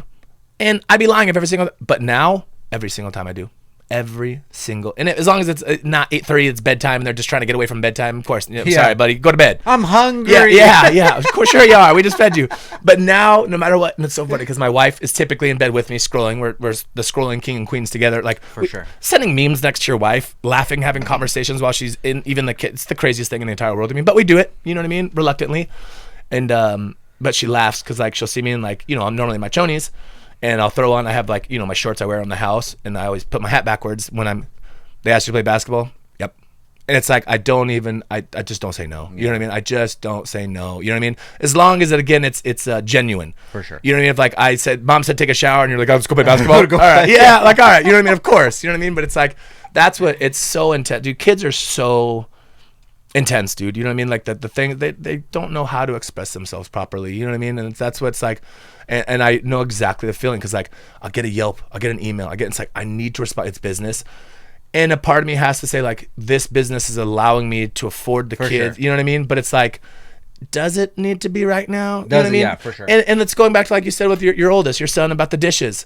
There has to be a timely manner, but it's like, okay, y'all just sat down for dinner. Does he really need to do the dishes right now? No, you can do it after dinner. You know what I mean? So there's a time and place. You know what I mean? And I don't know who's in charge of moving that goalpost around, unfortunately. But I've gone to figure out like that Yelp message can wait 30 minutes, dude. You know what I mean? Maybe it lowers my response time. You know what I mean? That's fine. You know what I mean? Like, and I make sure I make a note. So like, all right, buddy, yeah, let's go. Hold on. I'll put a note, write Yelp customer back. So I don't forget. So there is things that I do. I don't just toss my phone. Yeah, fuck it, let's go. You know what I mean? Yeah, like I make a mental note or write down a physical note, I should say, of that I need to come back and do it. But that's you know, that's part of it. You know, and just being present. You know what I mean? And I'm sure you're aware of that. You've figured it out now. You know what I mean? It's just being present is it's the hardest thing to do too. It's the hardest thing to do. Being present is brutal, man. You're thinking about work. You're thinking about the money. You're thinking about rent, the mortgage, you know what I mean? Like, it is hard sometimes. It's just that mental note to be there is the most important thing. You know what I mean? You never want, imagine, God, could you imagine your youngest, obviously. My dad was always on the phone because he worked too much. Fuck. For sure. You know what I mean? How brutal would that be, dude? You know what I mean? Like, and they're not necessarily, my dad threw the phone and wouldn't work because I asked him to play all the time. No, maybe not that, but they're never going to say that the phone was the reason they didn't. You know what I mean? And that's, I think, the biggest part for sure. Yeah, I always just, even now, look back to when my son was younger, and there were so many times that he would ask me to play, and I wouldn't because I was doing whatever. Yep. And those are the pains that he's gonna have to grow up with, where he's gonna remember from his childhood, just like you and I have our pains from when we grew up. You know, and not saying that his are invalid or that he didn't suffer, you know, because I guess I'm sure it sucked when I'm like, oh, I can't do that right now, but I'm consciously making an effort to make his life as perfect and as loving and as like the best that I can make it for him. Yeah. You know, and when he tells me, "Oh, let's go skate," I'm like, "Let's go. Yep. Let's go do this. Let's go." Because he's still a kid. He's 18, but he's still a kid. And I think there's a timeline too that's difficult. You know what I mean? And this is defending you, I should say. You know what I mean? For your, you know, and this is my opinion. You can see for what it is, but I think there's an age frame. So maybe that hurt more at that younger age, which sucks still. Now that he's 18, now that he's mature, now that he can express his own feelings, he has his own thoughts, he knows his own self-conscious, you know what I mean? Subconscious, I'm sorry. He has his own. My dad didn't because he had to work. Like, he's aware now. So I think the trauma gets covered. For sure. And because he's able, like, now he's mature enough. Now when he was 13, 11, like, he didn't know it then. That was the bad time. You know what I mean? That's when it hurts to look back and you're, all right. But now I think it's got to be a good feeling. And if you don't feel that way, I want you to feel that way. He's old enough now, like, my dad needed to do those things. And maybe he wanted to try, but he's aware of it. And it's not, okay, now I'm old enough, now it doesn't hurt anymore. You know what I mean? So it's like. For sure. Yeah, I really hope he doesn't, like have any resentment or anything like that. And that's my thing, is to make sure that he doesn't. Yeah. But, like, I want him just to know that, like, yeah, I don't make excuses for those times, except that I wasn't the best version of myself, of course, that I could have been. Yep. So me working towards that every single day. Yep. That's why at least I wanted him to see that. Yep. You know, kind of off subject, but like I said, that he's trying to do ads and he's going through these courses. Bro, he works at McDonald's and spent $900 on a course. I love it. And I'm like, bro, that is so amazing. There's one side of me that's like, damn, I hope that shit's worth it. And the other side of me is like, fuck it, do it. Yep. And this is your money you're putting into it, so you're gonna bring the value of it. Absolutely. You know, so him and his girl, they went out to Topanga Mall, and then they went driving around and seeing houses, and like he came home so happy, and he's like, dude, we saw these like houses in Beverly Hills, they're so nice, and we saw 2 Maybachs, and like, dude, this is what I want. I'm like, yes, thank you, exactly. bro. Like, this is what I want. That's what I want for you in life. Like, I want you to be 10 times better than me. I want you to have everything that you 100%. that you want to do. And, and like, you know, there are things that I wish that I would have done when I was younger, but obviously something's done right if like this is his mentality that he has. 100%. And it's got to go along that line. You know, like you said, the things that you wish, but how do you become the best version of yourself? By being the worst first. Yeah, for you know sure. what I mean? How do we find the worst? Yeah. How do you ever get better, dude? So it's like, as much as we wish we could have been better in certain scenarios and time, of course, but you wouldn't be who you are today. I wouldn't be the father I am today. Wouldn't be the husband I am today. We wouldn't be that if we didn't go through it. No one's perfect, man. And I hate to get biblical here, man. We're never going to be perfect. We're not. Jesus was the perfect man, and we fucking killed him. Yeah. You know what I mean? Like, let's be honest. But we need to be the best versions of ourselves that we possibly can, and the only way to learn from that would be to be the worst versions of ourselves first. You know what I mean? To learn from it. We're not born the best versions. You know what I mean? So it's like we can beat ourselves up, and I don't make excuses. Like we could have been better. But how? Without learning it. You know what I mean? Like no one wrote a book for us. Like, hey, by the way, when your kid's 4 and asking you to play and you're stuck on your phone because of a work email. No, if someone would have told me that, I wouldn't have done it. You know what I mean? Like, I've got to learn. You've got to feel that trauma from the trauma that we might have caused our kids to be better. You know what I mean? And it's got to happen. You know, the worst version to become the best. You know, especially when everybody that you're around isn't even close to identifying all the issues that they have with themselves. So how are they going to see something in you? Yep. So that kind of brings me to my next thing. Like these changes that you've been going through in life, like. Yeah. Has it affected your inner circle as far as, you know, friends and family and people that you accept inside of your 100%. Circle? And I wouldn't even have thought about that question. I'm glad you did. And yes, I mean 100%. I don't look at anyone different for drinking. I don't mind. You drink all the time, cool. I'm gonna throw in a here and there like I wish you didn't drink so much, for sure. Because I want a better life for you, but I'm never gonna. You know what I mean? But we don't drink, and we noticed right away the invitations stopped coming as much, but it hurt in the beginning. Being sober in the beginning is very difficult for me. I don't know for everybody. I mean, I'm sure some have it harder to than others. But it's like, okay, going to that concert that we've never done sober, are we fun? Our friends, are we still fun? Are we, you know what I mean? And that was a gnarly reality check. I don't know where along the line, you know, more recently, past the middle point, we'll put it at for the sobriety that I have today. You start or stop, you just stop caring.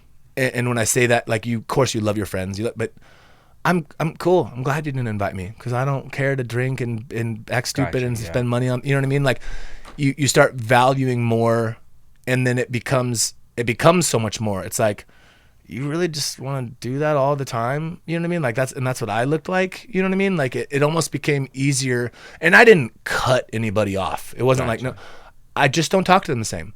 And I think a lot of it, though, has become a maturity thing, a growing up thing. I genuinely, I like, and again, this is a sober thing, which I'm glad. I genuinely like hanging out with my wife more than anybody else. And I don't say that again for the brownie points and all that, you know what I mean? No, like, dude, don't even invite me if my wife's not invited. You know what I mean? Like, and I mean it, you know what I mean? Like, back in the day when I was drinking, I would invite her so she wouldn't get mad so I could go. It wasn't like a genuine, I want you to come with us, babe, all the time. Like, of course, sometimes I did, you know what I mean? But for the most part, I was like, in my head, I hope she doesn't want to come. Yeah. Because I want to act stupid and get drunk and let go, and you know what I mean? Like, which was so wrong. Now it's opposite, dude. Like, to the point where, like, my boy hit me up the other day and like, let's go to lunch. And I'm like, all right, well, Carrie's going to come. All right, cool. She ended up having to take care of her sister's baby for, you know, an hour at the doctor's, whatever it was, you know what I mean? Like, and I was like, I don't want to go anymore. No. And not because I don't love my friend, you know what I mean? I love him to death, but it was just like, I'm not going to enjoy this as much anymore. You know what I mean? Like, I miss my wife, dude. I don't know what to tell you. You know what I mean? Like, and it sounds bad because, like, I get, so I'm actually, I don't know if you saw, but I'm selling my bike. I've been riding since I was 17 years old. Okay, I still have my first bike, so I'm not selling that one. I have 2 bikes left. Gotcha. I had 5. I sold them all because I wasn't riding them, and I was like, this is just money sitting there. I don't need to have sitting there. And that's a 2-parter.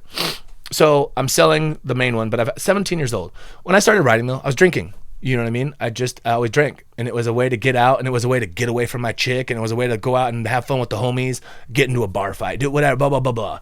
And but the biking scene, at least for me, my friends, the people I ride with, it's very alcohol oriented. Gotcha. You know?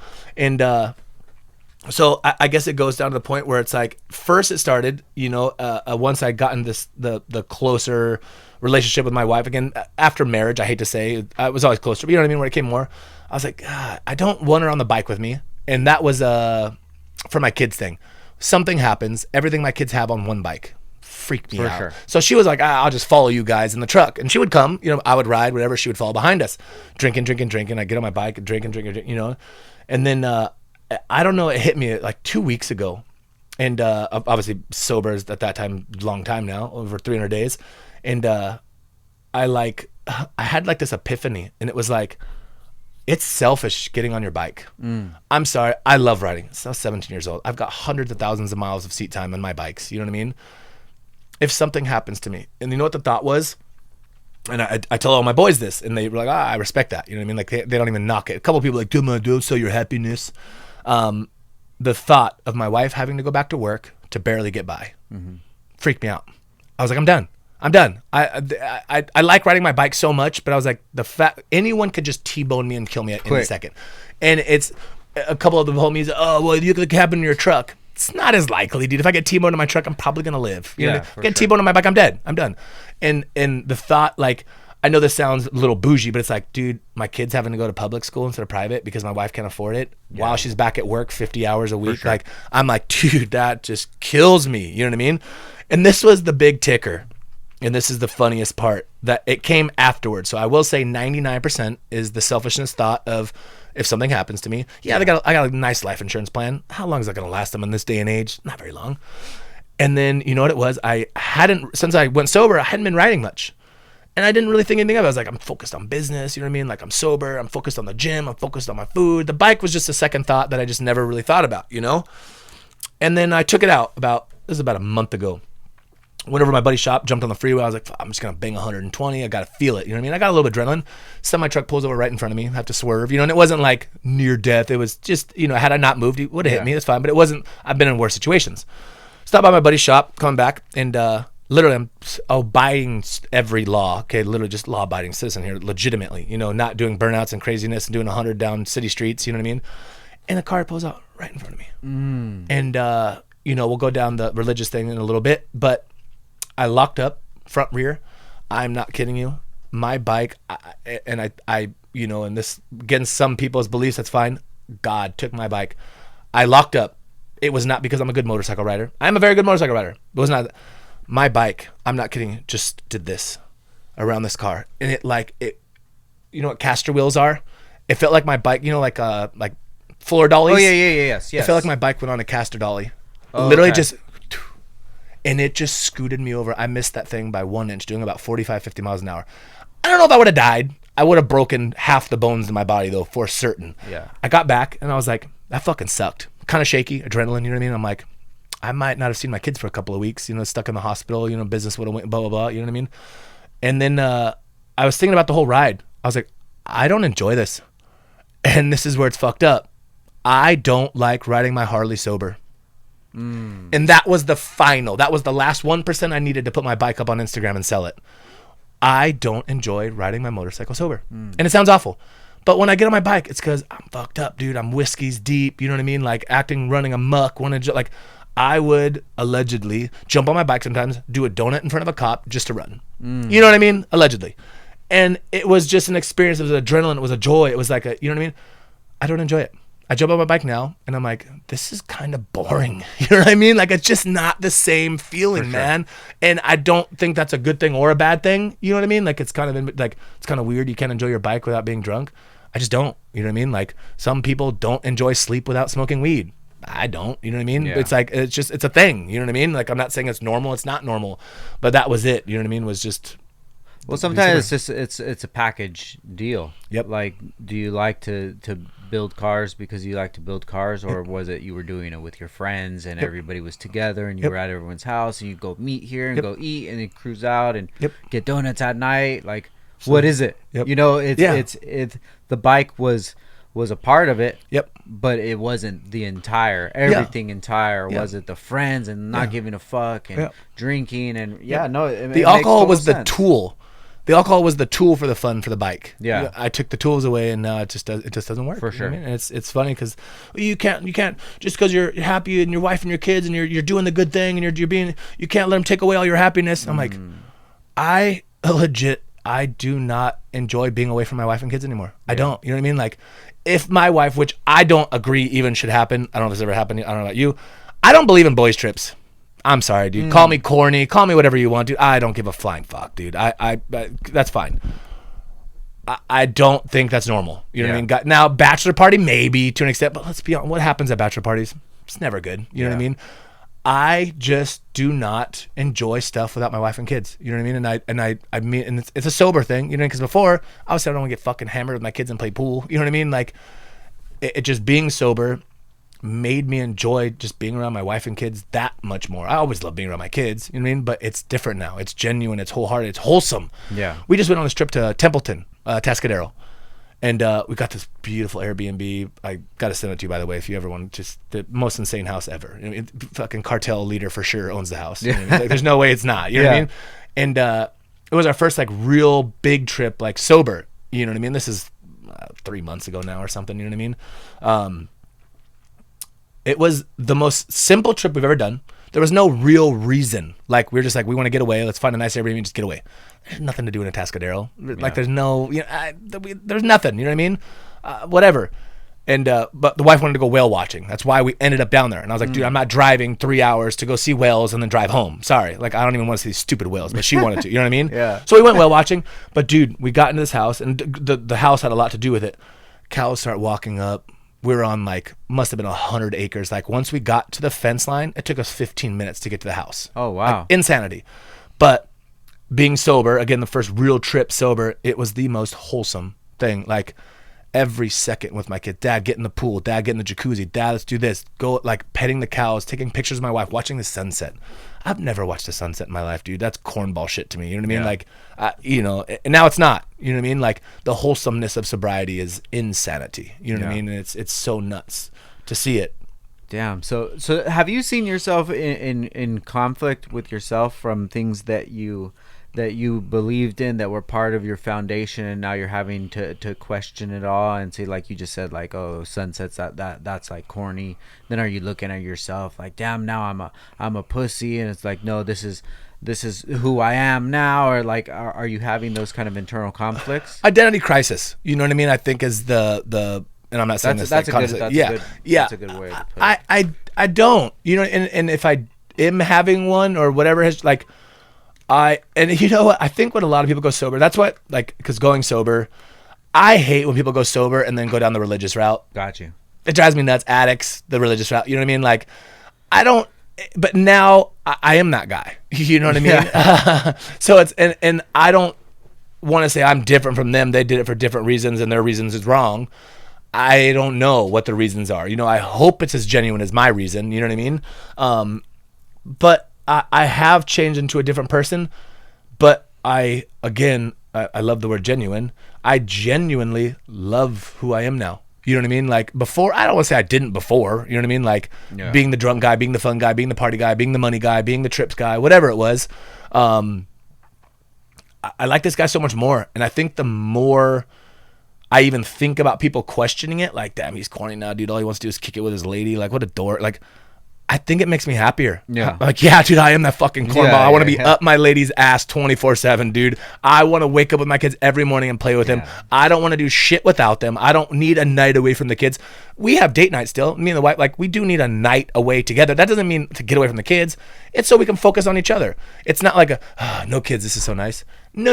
I don't feel that way anymore. My kids are not a burden to even the slightest extent.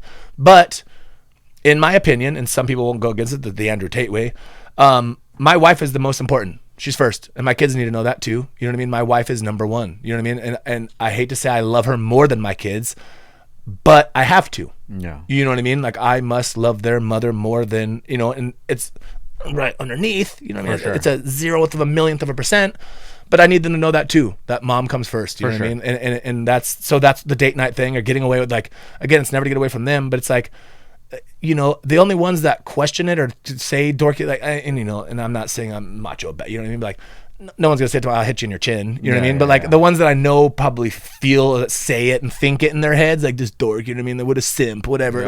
Get on down, dude. You're right. I am. You know what I mean? If I'm boring, I'll take it, brother. I'll take it. You know what I mean? Like, and it's so genuine, dude. And I don't feel anything, and it's never gonna change.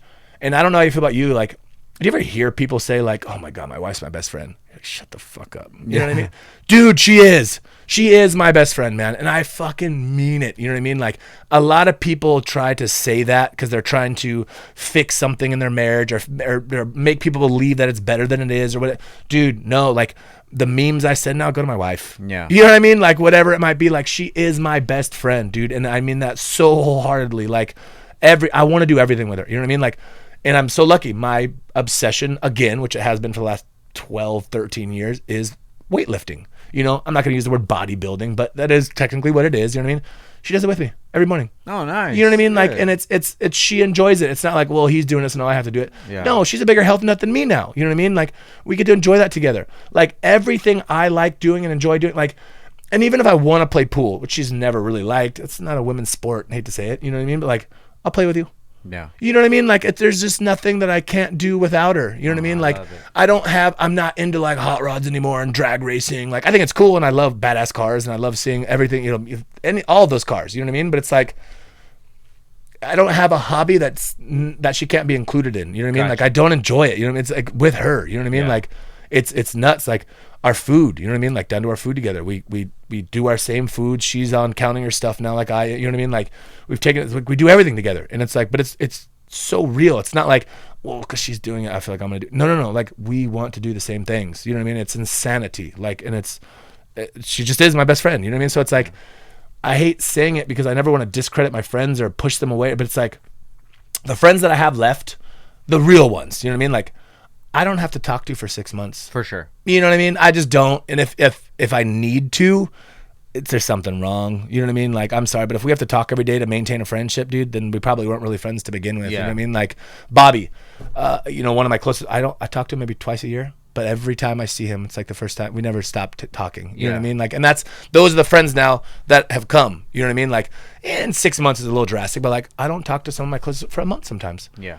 And I love it. You know what I mean? Like, I just don't need to. You know what I mean? I'm at a state where it's like, my friends, they're important to me, but they're not the most important thing. I don't need, you know, you get all these guys these days, it's like, every guy needs at least one day a week with their homies. No, you don't. You know what I mean? Not if you genuinely love your wife and want to be with her. You know what I mean? Like, I'm sorry, you just don't. Like, now if your wife doesn't like a meet and greet coffee, donuts with a car, that's different. You know what I mean? Like, you go, that's your scene. You've got it. You know what I mean? Like, if there's a window tint convention, I don't expect her to. She will, because she wants to do everything with me. But it's like, there's little things that are of course acceptable. But it's like, you don't need to go to the bars with your homies once a week. You know what I mean? Like, for sure, it's just not a thing. You know what I mean? And that's, I think, a healthy relationship. And I'm no one to speak. You know what I mean? I'm not Jordan B. Peterson here, but you know what I mean? It's I think it's a healthy thing. Yeah. Hell yeah. Speaking of Jordan Peterson, who are some guys that you look to as like inspiration, or that you take like opinions from and perspectives from? Oh man, Jordan B. Peterson, I like the dialect altogether. I think he's unfortunately becoming a villain.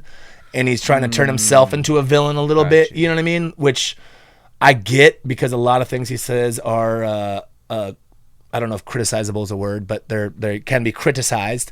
And he's kind of jumping on it. So I still love him to death. I love his philosophies. I love his thoughts and all that. You know, and this is going to be controversial here, and I hope this doesn't piss people off because of business, but I'm going to explain why. I think if I had to pick, and not because rest in peace his soul, Charlie Kirk. Yeah. You know what, dude? And people that want to hate him, that's fine. I don't. Same thing with, like, I don't like Biden, but if he got shot in the neck, dude, I'd mourn. You know, I would never. You know what I mean? So it's like, it was sad to see him in presidency. Yes, this old man. Yes, like, damn, if that was your grandpa or your parent or whatever, like, dude, that's fucked up, bro. And so when I say Charlie Kirk, and that's because that this is again a religious thing to me now. Him being so religious, and I know it's controversial. Because of someone's belief, and I don't say I agree with everything to the extremes that he's, you know what I mean? Like, but once you really, like, you get the snippets from Instagram as maybe a homosexual person, you're not going to like him because you never let the snippet finish. For sure. You just hear him say, I don't think two men should be together, and you hate him. And I get that, but if you let him go on, if you watch all of them, but love is love and I hate nobody. I believe that man and woman belong together, but I have no problem with your choice of being with another man or another woman. I have no, like, they want to call him racist. Let him speak when a black lady comes up with a black. That is the most beautiful child I've ever seen. Heaven sent, God, you know what I mean? Like, they don't let you see, you know what I mean? So, like, he became controversial because of the snippets of Instagram that they wanted to paint him. Like, anyone. You take out the last chunk of it, racist, homophobe, you know, like, but so... Take all that away. Take away the controversy, the talking, the homosexuality, whatever. You know what I mean? Him, because he's a very strong Christian. You know what I mean?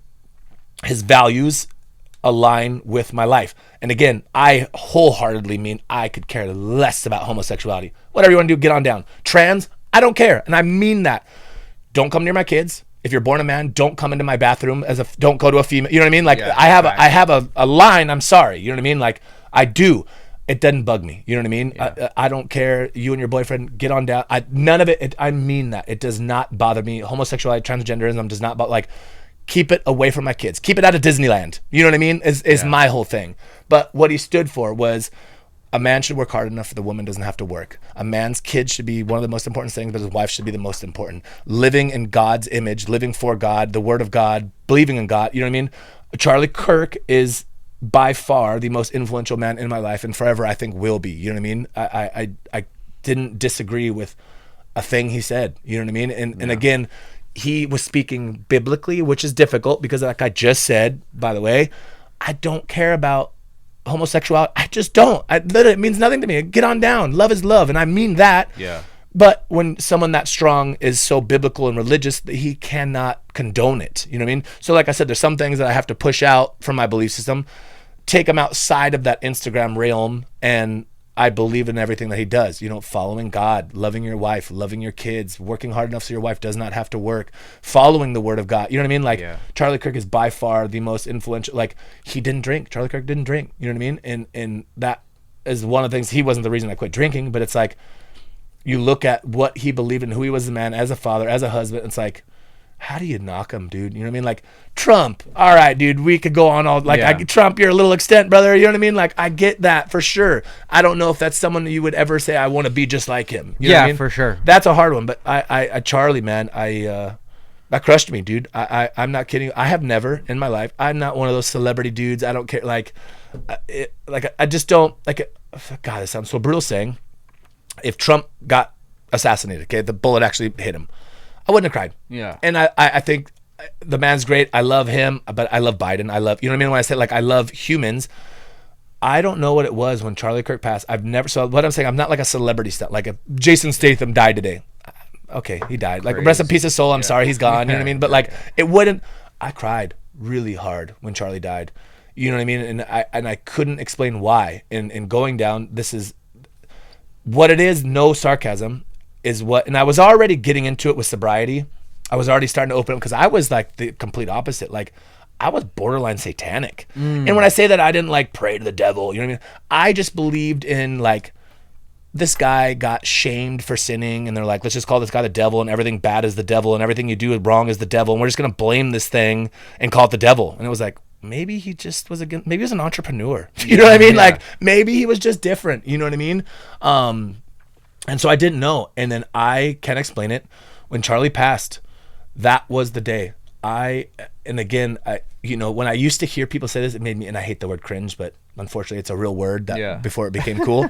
It made me cringe when I heard people say that I felt God. Like, shut the fuck up. You know what I mean? I did. I felt God come over me and just said like, he didn't even say anything. It was just like, he's real. Something finally, which is like, he's there. Like there is like, what else could it be? Why am I crying over a person I've never met before? You know what I mean? What else could it be? And I'm not saying it's for everyone. You know what I mean? Like religion's a very difficult thing, and I don't push it on everyone. I will try. I don't know if you saw that thing I posted the other day. And that's my line because I believe in it. And it said, imagine you get to heaven and someone comes up to you and says, I'm here because you weren't afraid to tell me about Jesus. Yeah, I did see that. Yeah. That to me, and but am I going to sit there like, hey, Dustin, I don't want to talk about Jesus, dude. I'm not into it. Okay.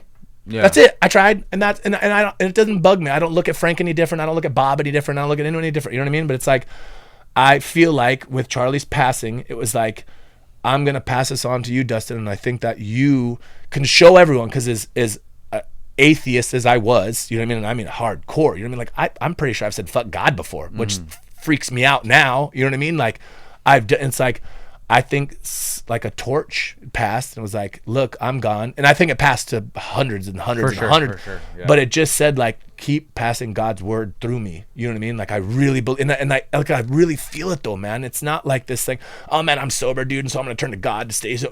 It's not that at all, dude. It's just not. Sobriety, I think, opened my mind to it because I'm not fogged out drunk every day like I was. You know what I mean?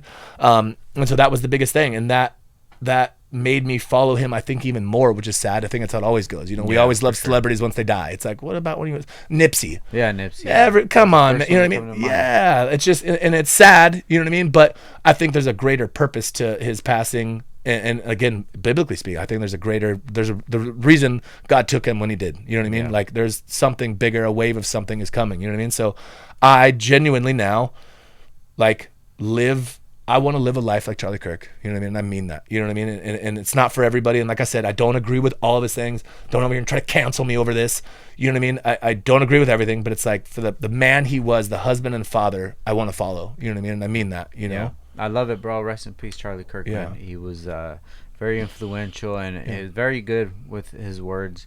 Yeah. And it's with all of these kind of polarizing characters, you have to be able to digest the message that they're trying to give and filter through everything. Yes. If you're just seeing these little hot takes and these clips, these clips are clips because they gain money and they gain traction, and people get paid to make clips for either way, whichever way you want to make them look or what have you. But once you spend time to actually watch like a 30-minute YouTube video on a debate or something like that, like it's very interesting. You know, and I could listen to Charlie Kirk, bro. I could listen to somebody like oh my god, what's that Got Nick Fuentes. Oh, that's brutal, dude. We might need to cut this one out. Yeah. I can still listen to him and understand some of the points that he says, but then see some and be like, yeah, I don't agree with that shit at all. Yeah. You know, that's where I'm at. Yep. You know, somebody like an Andrew Tate. I could take some things, but then I could see other things like, okay, well, you've probably never felt true love before, so that's why it makes sense why you're like that. And then all the you know, the money and ego, it makes sense that you've never felt true love, and that's how you get love and recognition is from money and cars. Absolutely. But then there's other things that they say. I mean, hey, totally agree with you on that. You know, somebody like Charleston White. I love Charleston White. You know, I was to tell somebody, can you believe what he said this? Yeah, but you need to understand why he's saying that shit is because he's saying that shit because nobody would ever even listen to what he's saying unless he said shit like that brought you in 100%. The door. And he always talk about it when I worked for the church and I was doing you know, I was doing work for the church and I wore a bow tie. Nobody was listening to me. It wasn't until I started cussing and I wasn't wearing this jewelry and this grill, then you guys started to listen to me. So you like infiltrate that community. You know what I mean? Being too neutral doesn't get you looked at. For sure.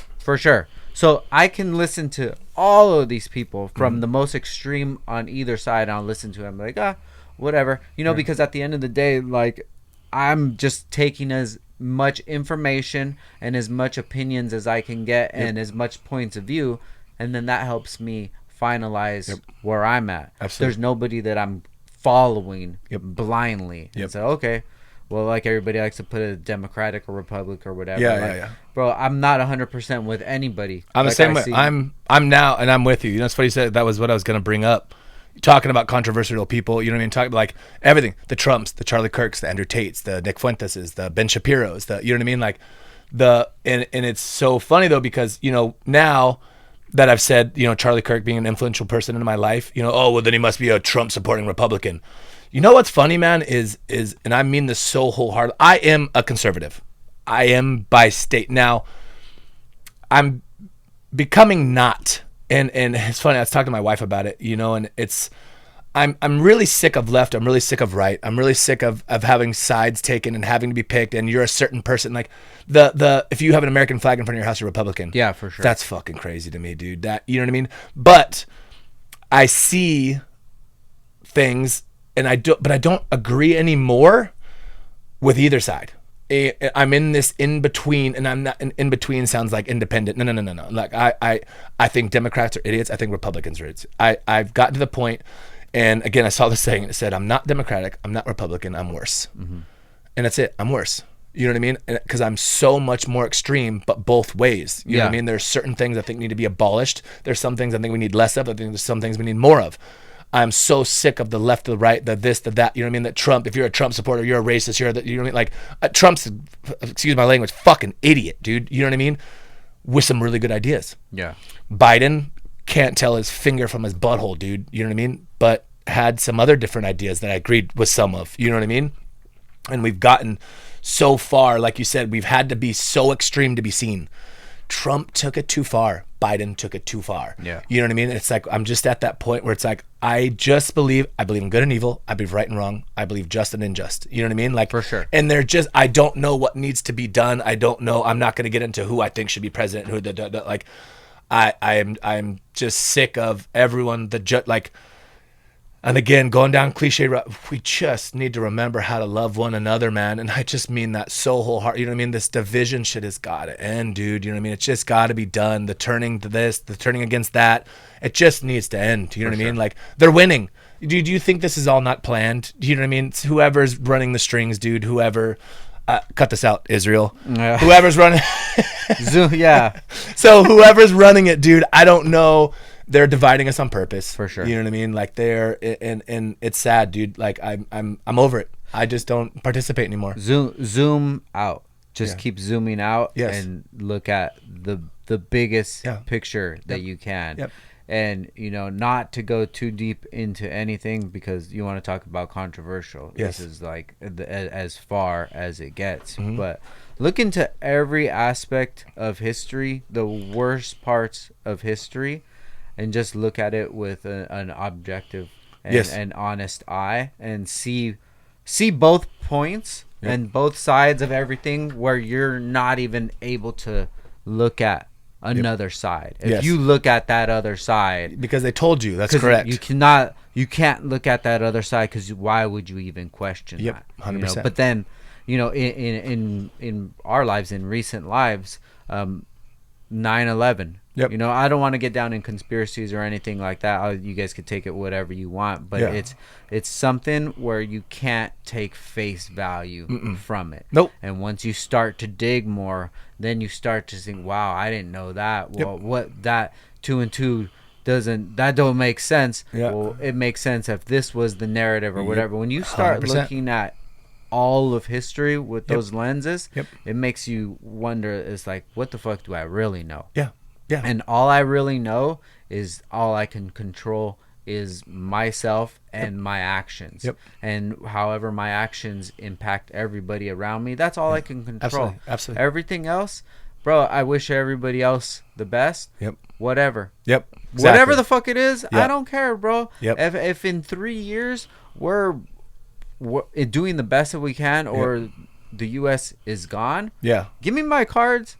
Let me figure out how I'm gonna fucking 100%. How I'm gonna deal with these cards. 100%. If I'm gonna be selling sand in 6 months, it is what it is. Exactly. I don't know what the fuck I'm gonna need to do. But I'm just preparing myself that I'm gonna make those changes that I can make internally, because I know I can't affect the world. If I wanted to right now and stop everything and protest for insert issue here, I cannot with 100% of my life impact this situation. And those people protesting are not doing anything about it. And I don't mean that their signs are not. They're not. I'm talking about when they get home, the thing they were protesting, they're not trying to make better. They're not doing anything extra. If I see somebody that is spending time and they're going out protesting every weekend, I want that sort of effort to be reflected on every aspect of your life. 100%. When your appearance is not at that, which somebody who works on everything, you're fat. If you're just a fat slob person, if you're vaping and you're protesting and you don't have a job, and like, I'm not gonna listen to your political, social views.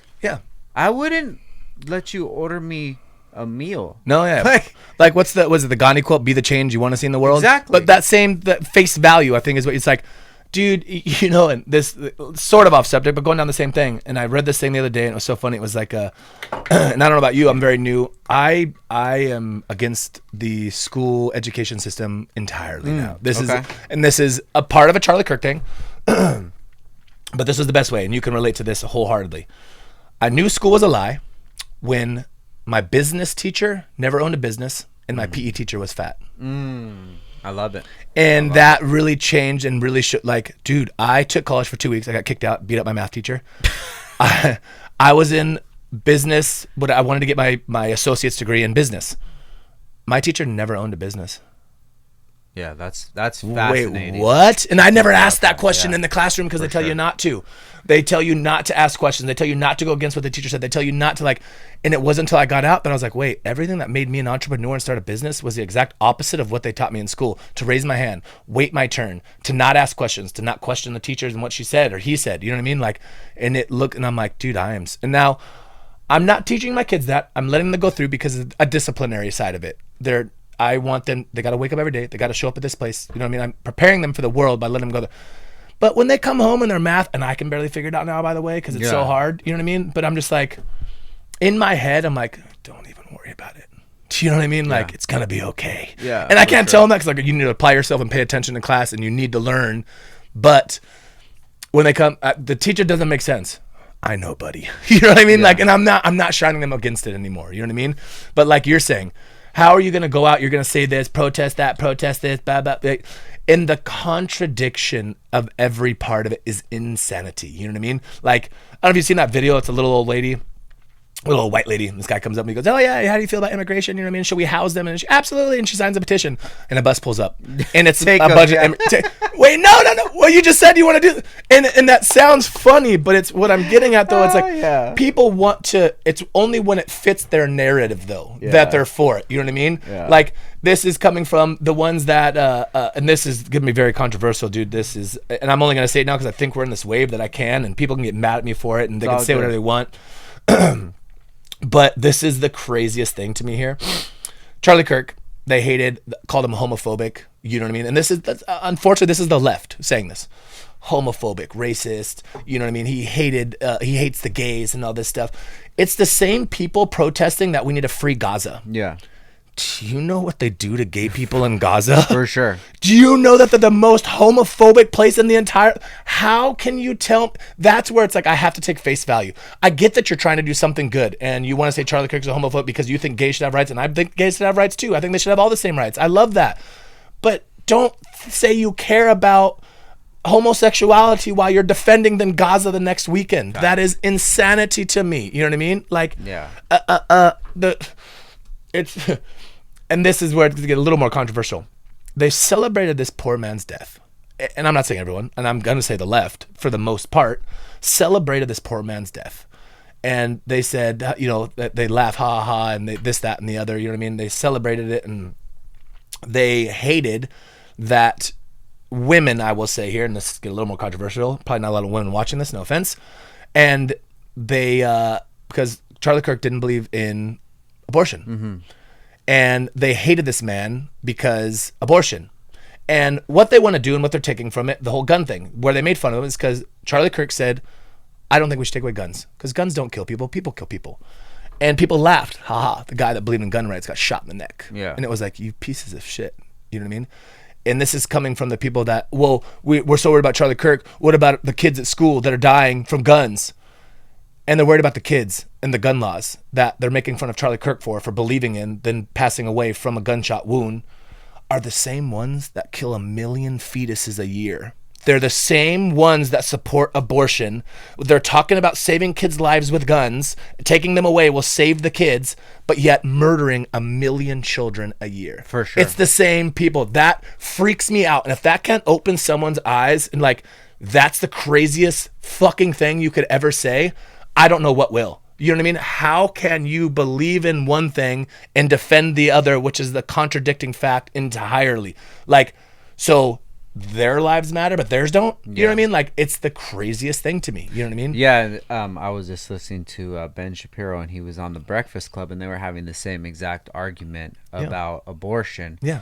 And they bring up the topics of, you know, incest and rape. Yes. Which is like the smallest percentage of it. And even Ben Shapiro said, if that's what you guys are arguing about, I'll take that. Yes. Okay, let's put that, let's all just get together and make a plan and put it into it. Yes.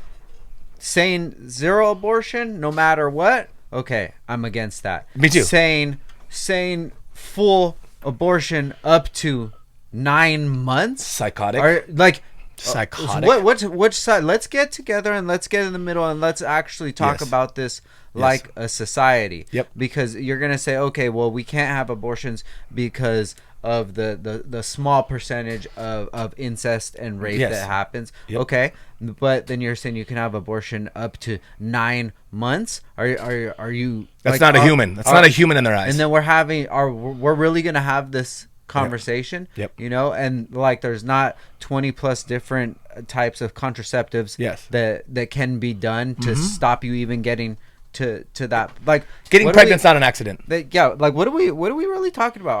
Are we gonna really have this conversation? I couldn't even have this conversation with somebody like that because it was like, okay, it's too much. You're not sane. Yes. You're not a sane person. Nope. You're you're Lakers versus Knicks. Yeah. And you're a Laker fan no matter what. Yes. You're a Knicks fan no matter what. Absolutely. Or are you a fan of fucking basketball? Yes. I'm a fan of life and having ideas and being in a society and, you know, having like everything equal for us. Yes. You know, like And that's why these like hot topics, they stick out, and people can't even have these type of conversations.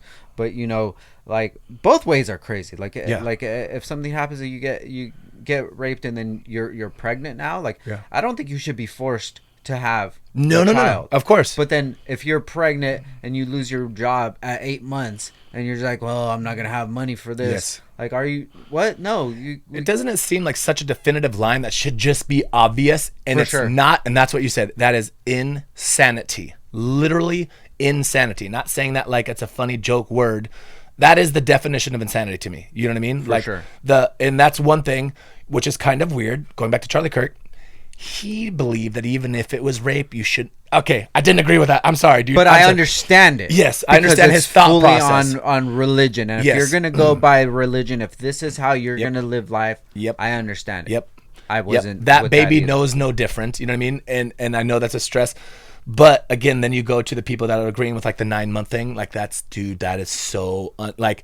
How do you say that with a straight face? You know what I mean? Like that's not a human yet. Dude, it has a heartbeat, ears, eyes, nose, mouth, a reproductive system. It could be born now. Yes, and you're saying it's okay because it just hasn't had a fresh breath of air yet. You know what I mean? Like that is insane to me. And I'm not into. I don't want to say I want to leave it up to women to decide that because that's I think that's even a harder thing to figure out than at that point. But I don't think it's really our choice to choose. Same, yeah. Is it's difficult, you know what I mean? Because we have never gone through that. We never will go through that.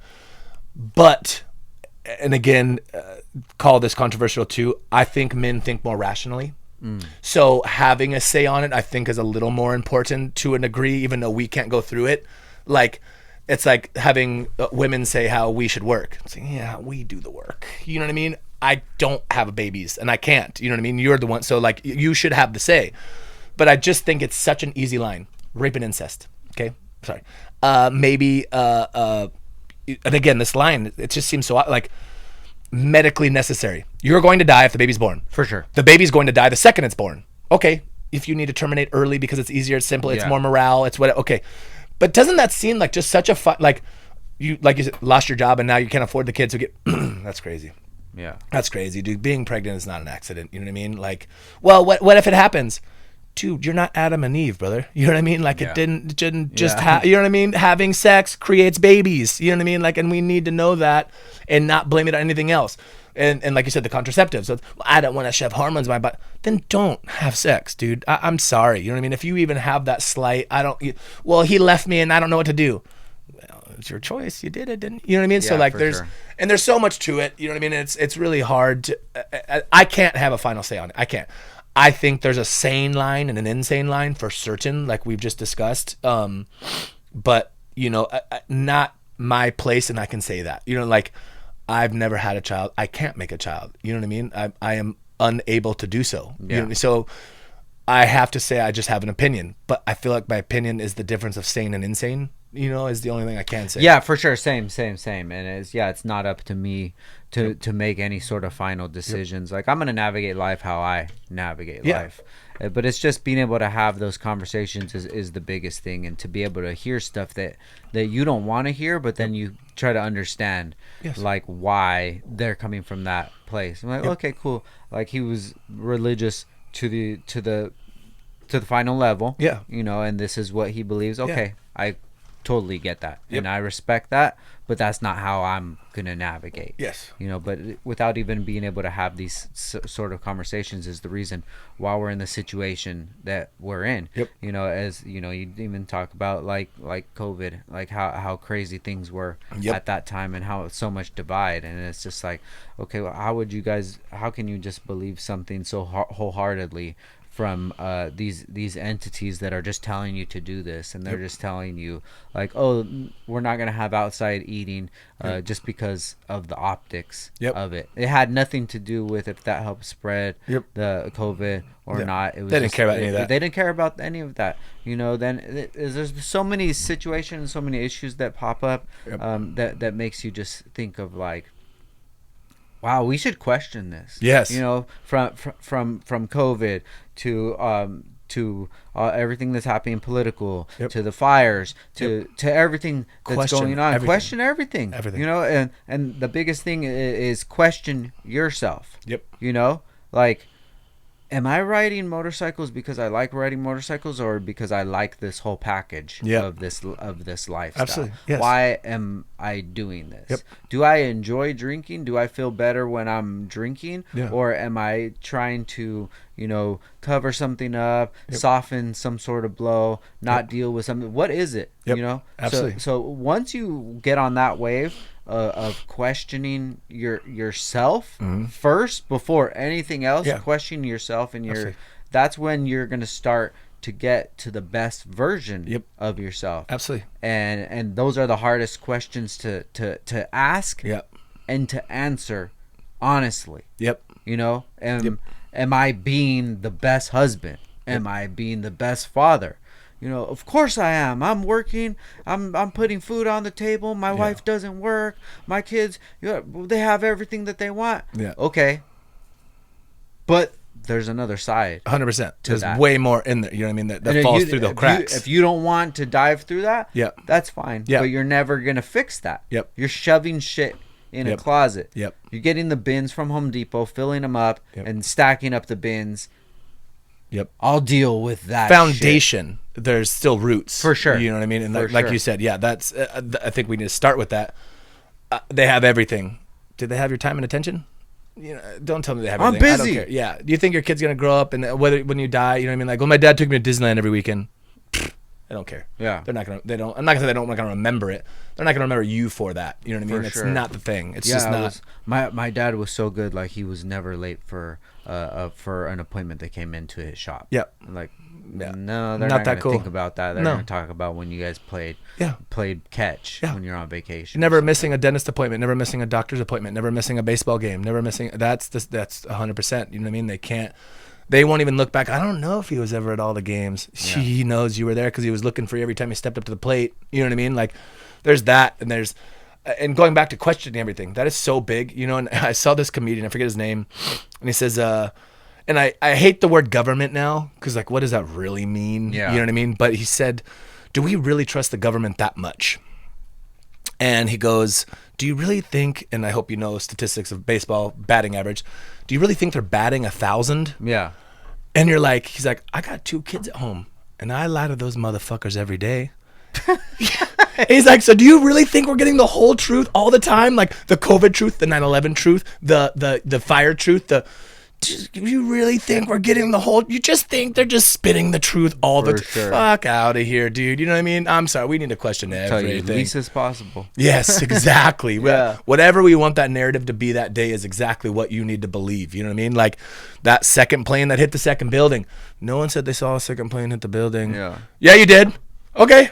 For sure. And you're scared to question. You know what I mean? And I get that. You know what I mean? And like, no, I won't go down that. But it's like, it's whatever they want it to be, and down to the Charlie Cook again, man. Oh my God. Who is it? Well, I'm sorry. I don't believe it was Tyler Robinson. I don't think it was that 22-year-old kid. Yeah. I'm sorry, dude. I hope I don't have to see it at my house tonight. There's a lot of inconsistencies with that. Yes. And whether you believe it or not, just do your favor to yourself and just look into it. Yes. And ask yourself, like, yes, that's weird. He tore the gun down, had it in his backpack. With the screwdriver, left the screwdriver. Put it back up. And put it back together. That gun was from like World War I or World War something II insane. or something like that. Like there's a lot of inconsistencies that it doesn't make sense. Just like 9/11, like, oh, this is Bob Johnson. You believe me, don't you, Mom? Yeah. Like what the fuck? Like bro. But if you just take everything as face value, you're gonna think like these conversations that we're having are crazy. Absolutely. But they're like in the palm of your hand to just look into it. Absolutely. However far back that you want to go, and however you want to look into deep into things. Like hopefully it comes to the day where there's some light shed. And I hope, you know what I mean? And it's scary because you don't want to question it too far because people go missing and things happen. You know what I mean? I don't think little old me and you at all, but like, it's a scary thought. You know what I mean? And it's like, but then going back to like you said, like, what is it gonna change? My day to day, like, what's funny? As I always said, you know what I mean? And I think I've favored certain presidents over others, of course. My life has never changed. When a president, like, I've just got to keep going. Like, do certain tax codes change that benefit me a little bit? For sure. You know what I mean? Like, is there certain, what are you going to do about it? You know what I mean? Just suck it up and move on and adapt to it and just keep going. You know what I mean? There's nothing that's going to change. So it's like finding out the truth. what's it gonna change? There's a video where this guy, he has like a tinfoil hat on, and he has like, he's telling his wife that the world is flat. He's like, what the fuck? I don't give a fuck. We shape the world. Is that motherfucker gotta still pay rent? Exactly. I don't care. What the fuck you telling me this bullshit? Which is so. It's so true. It's so fucking true. What her way, it's just it's so it's like, who cares? Like, the rent has still got to get paid, everything's still got to get done. Let's move on. You're still gonna be fucked up. Yep, absolutely. You know, everything comes out however you expected it to be. Yeah, I knew it was that. I knew. Okay, all right.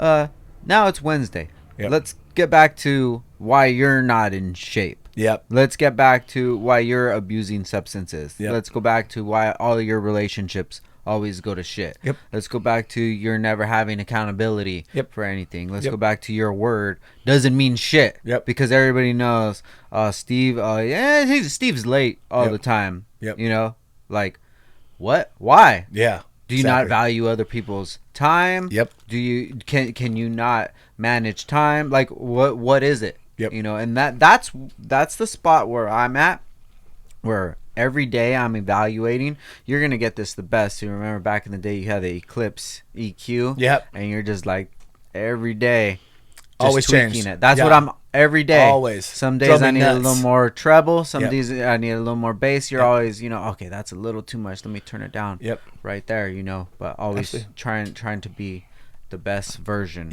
of yourself. Absolutely. Fine tuning. Yeah. Speaking of all that shit, dude, I'm trying to get into a 13.5 dub 7. You're still after it. It's like iconic. It means something. Yep. To me. Absolutely. Now I look and I don't know if like a scar or like a sundown, how it like Dirty Power. Yeah. Right. Yeah. The 13 dub 7, you gotta pair it correctly. You know what I mean? Which is difficult for sure because the amount of power it takes, but. How do you not? You can't knock a 13. You know what I mean? That just and they haven't changed it in like 15, 20 years. They don't need to. That's what I mean. It's like the a best GTR. part. Yes. It's the same shit. Yes, exactly. It's just do not fix what's not broken. You know what I mean? But it's so funny getting that.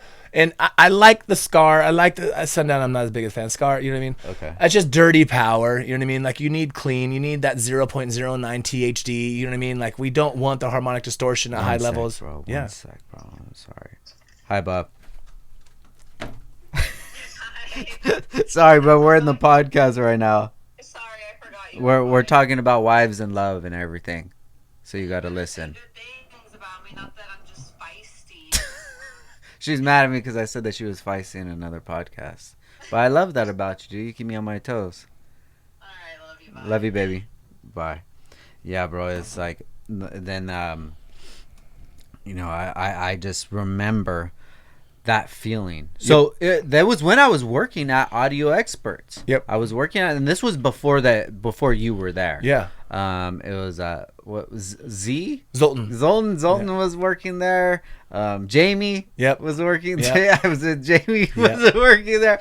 And then I had it gave me like an employee discount on it. Yep. And I said, fuck it, let's do it. I bought 2 13.5s and 2 1001s. Yep. Bro. Yep. Oh my god. And like I still have the 1001. Yep. 1001. I still have it. Yep. And then like even to this day, like I just want to put one. Yep. I get in it. The M. I have a 10-inch dub 6 in there right now in one of those the rectangle boxes. High output that are like long way, so the sub's in the front. Yep. And then the high output. Yeah, I have one of those, and it's cool. Yeah. But I gotta have the middle seat down to get it through. And that's because your car's built correctly.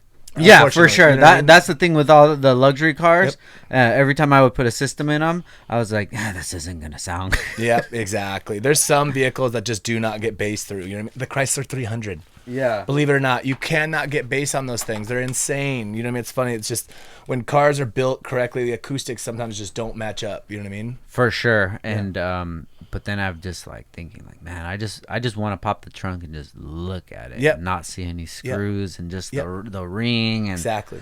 Oh, bro. It's iconic. I want one, dude. Yep. I wonder if there's a way that we could do like a blow through or something. Of course. Through. Absolutely. Yeah, you do like Fifth Element bandpass or something. You know what I mean? You can do a lot of trick stuff you can do. Yeah. But I might want to do that, bro. Yeah, because absolutely. I fucking miss it. Yep. All the stuff I've been buying from you for the Chevelle, I just still have it in my garage. Still stocking it up. Yeah. Yep. One day. Yeah, exactly. When it gets to that special day, that Yep. magical day where it's the one day. Exactly. Dude, what's like your dream system, or if somebody brought you a car and you're just like, yeah, this is what I want it to be. I want it just to be everything. What would you say? You know, I have to go with now. I think with, I mean, there's a lot to it. There's the Ventura system, the one you're gonna get, and there's ones that you're not. You know what I mean? Mm-hmm. I think it's right now. I'm always gonna be a fan of Focal, depending on where you're at. Just for the cleanliness, just the fact that it's just, you know what I mean, French made, you know what I mean, just a little bit better product, all handmade. No machines are made with their spot. Everything is handmade. The factory's out here, isn't it? No, so the distribution is Camarillo. Okay, gotcha. Mm-hmm. Okay, gotcha. Yeah, made in France. Now they have a line they have a China line. You know what I mean? That is Focal, but then anything above their like it's auditor line is France made and super cool. I'm really into like the Helix, Braxton Helix. Very big company that we've been using a lot of lately. They make a lot of really neat stuff. They have this company Match. There's Helix. There's Brax. It's a very, very high end. They make the best DSPs. They make the best amplifiers. They make the best speakers, the best subwoofers. Like, they're intense though. You know what I mean? Like, you put together a simple system in your M8. Just you went all out there. You're $40,000. You know Damn. what I mean? Yeah, and it's gnarly, but it is just phenomenal product. You know what I mean? It's the guy that I just want the best. Okay. And that's it. You know what I mean? Like anything, you know. But JL is still our go-to. You know what I mean? Like JL audio is still like I get excited when I just want JL everything. I'm like yes, because I know you're gonna love it. Yeah, they're gonna love it, and I just know that you're gonna spend $12,000. You're gonna be happy, and I know that every single time. You know what I mean? And that's what's really nice. So JL audio is always going to be like my go-to for the nicer Ventura line of things. You know what I mean? So say for like my M8, if I wanted to upgrade the system, can you actually even do it where you just like do full JL system and have like amps and shit? Absolutely. Yeah, really? Simple. Yeah. Digital sound processor now is phenomenal. They have very big processors and everything that for X amount. Who knows how many speakers you have? I don't know off the top of my head what your M8 has. I don't know, if like 8 or so. Probably more. You know what I mean? But they make all the correct DSPs now to run everything high level, run everything active. Each speaker gets its own individual line that gets processed, gained, tuned all on its own. Very high. I mean, it's insane what they have now. Still through the same like stock. Mm-hmm. Everything is same factory location. You don't have to change anything. You know what I mean? And it'll sound phenomenal. That's the day and age. We want to hear the craziest system that we used to see. I don't want to see it anymore. Yeah. That's really what we've gone to. That's why the 13.5 Dub 7, it's gone. You know what I mean? No one wants to see that anymore. They want it in the spare tire location where you can't see it, but I want to hear it. You know what I mean? That's where we're at, which I kind of enjoy though. You know what I mean? Like, don't get me wrong, I'll always be a bass kid, like at heart. You know what I mean? But it's like, it is a little unpractical now. Like, we got shit we need to do. We got strollers and shit. You know what I mean? Like, I get it. You know what I mean? Like, I remember like giving up my spare tire just to have a system. It's like, dude, what if I would have got a flat tire? You know what I mean? Like, fuck. It's a risk you're willing to take though. We're getting past that now. You know what I mean? Yeah. And it's not so practical, but I love it. You know what I mean? Like, I didn't, you know, when I was working at Audio Experts, well, I mean, 9.5 years ago, but I was there for 10 years. Well, let's just say 15 years ago, I thought this industry was going to be long and dead. It's still better than ever. You know what I mean? It's always still going to be there. We're just advancing things. You know what I mean? That's all we're doing. It's just getting better. It's always going to need it. No one's ever going to make a complete dress hardware kit for a factory vehicle. You know what I mean? No one's going to make a great sounding. You're going to be better. You're going to have the JBLs. You're going to have the Fender for the VWs. You're going to have like upgraded. Still never going to get close to what I do, you know, which is nice. You know what I mean? So it's never going away. So it's super neat. Yeah, I think I want to do that. Yep, let's do it. I want to do it. I want to get a full system in that. Like I just missed that sub, bro. Yep, I miss it so much. Yeah. The Chevelle, I had I had a 1001. Yep. I had the last system I had a two 12.5 or 12-inch Dub 3 V2s. Yep. In this like box that I built to spec. It fucking banged, bro. Yep. I had them on 1001. I had a 454 running the 6 speakers. Yep. So in the kick panels, I had VR, I believe. Yeah. Yep, VRs. No, XR. I had XRs in the front. XR, VR, ZR. I had XRs in the front, and then I had in the back 6x9 VRs. Yep. And component XRs in the back. Yep. Bro, full thing dynamated. Yep. bro, the back quarter panels, they would like flex. Nah, I love it. Like you put your finger right there, it would like I hurt, love it, bro. Oh my god, it banged so much, dude. Yeah. So I can't wait to get that car back on the road. I miss that shit, dude. I love it. Damn, and then I have the Eclipse 5444. Yep.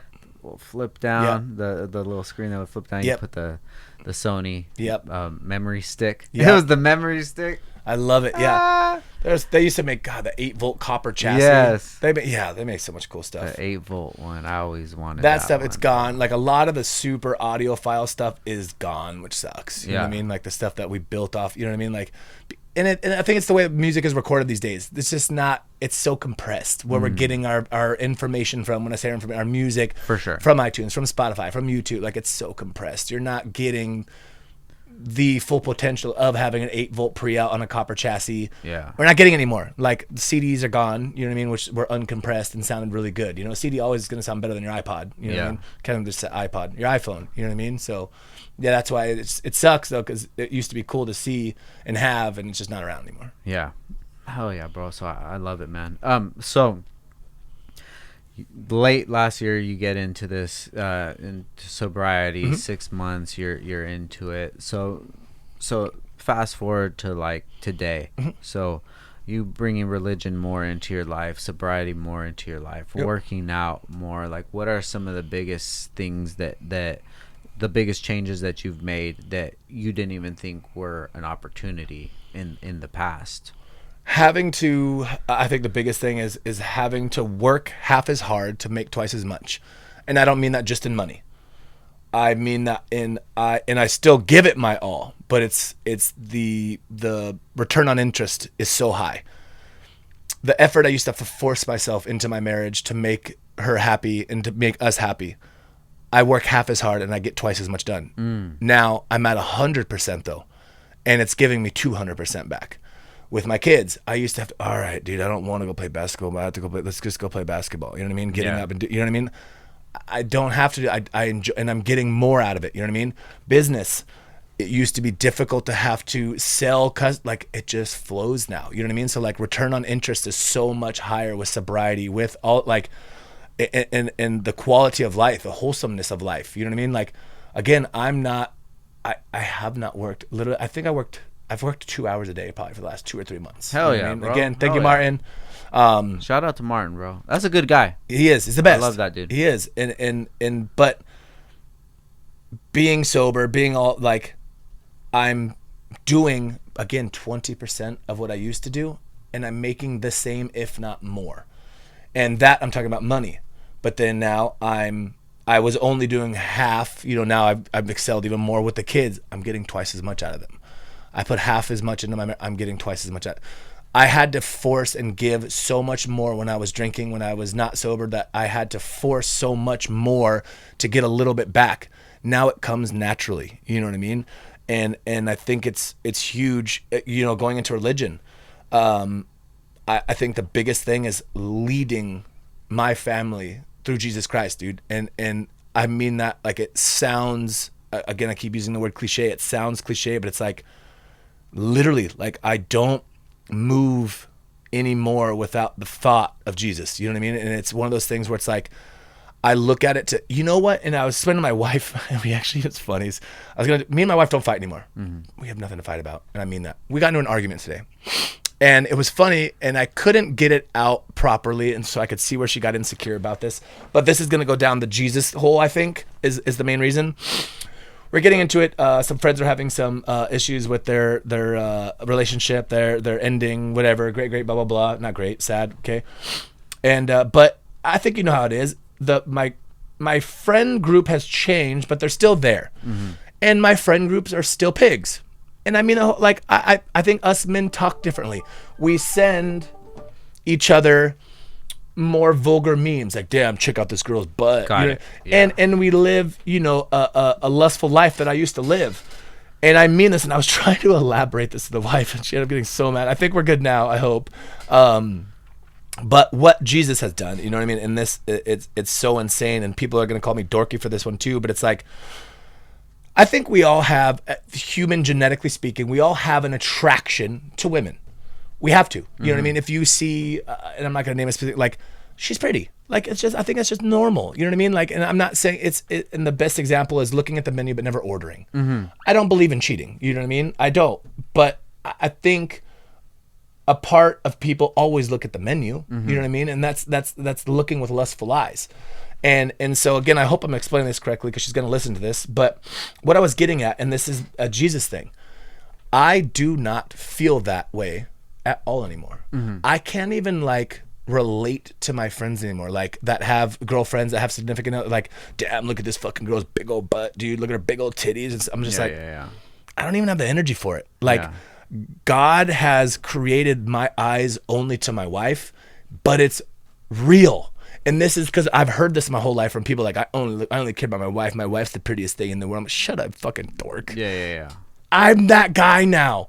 And I mean it. And it's something to do with a God, Jesus Christ, the Holy Spirit, whatever it may be. You know what I mean? Like, I don't know what flipped, what tripped, what it set the screw straight. I don't know. But like, I genuinely live a life where, one, my wife comes before my kids. My kids come second. The wife is the most important thing. She's the head of everything. I'm the head of the household, but she is in charge when it comes down. You know what I mean? I don't feel any attraction, intimacy, lust. I don't even look twice at, you know what I mean? Like, I don't. Have you ever been to the gym? And I'm not saying that rudely. Like, you've probably gone to the gym before. Yeah. The girl walking by in the yoga pants. You know what I mean? I used to break my neck. I don't even feel that anymore. You know what I mean? Like, dude, and it's because God says this woman was yours for life. You're bonded to her for the rest of your life. You know what I mean? You've swore an oath to her forever. For sure. And God showed me to literally only have eyes for her. And it's not like I even have to work on it. It's not like, ooh, but no, don't. You have a wife at home. I don't feel anything. You know what I mean? Like, and it sounds funny. You know what I mean? But towards my wife, she was at the gym with me this morning. We had grandpa stay the night. Shout out to my grandfather, dude. Not my grandfather, my kid's grandfather. My father-in-law. Every single Tuesday he spends the night with my kids. Aw. Every single Tuesday. This dude owns a business, and he got like COVID last week. This is the first time he's missed in probably years. No matter what, makes it a point. Comes and stays with my kid. So we get to go to the gym together because she goes 3:45 in the morning. She relieves me. I go at 5:30 in the morning. We can't go together because someone has to stay with the kids. Yeah. Well, when he's there, we can get like an hour in together. And dude, what I'm getting at is like today she was doing these like straight leg dips with dumbbells. I don't know what the hell she was doing. Some girly workout. Doesn't make any sense to me. Yeah. And I wanted to touch her so bad.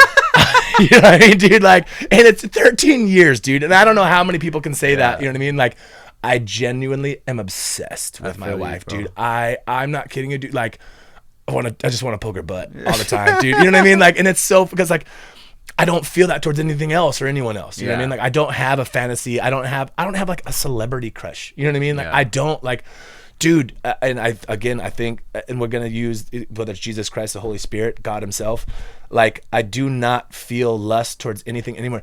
And that goes so far too, because it's gotten me to comparison's the root of all evil. And that goes to my wife. Like, oh, dude, that girl has bigger tits than my wife. You know what I mean? Like, and I've never thought that. I don't care. Like, my girl has the tiniest tits and I love them. I just want the little gumdrops. I love them. But it's also like, I used to like, dude, that guy has a bigger house than me. That dude has a nicer car than me.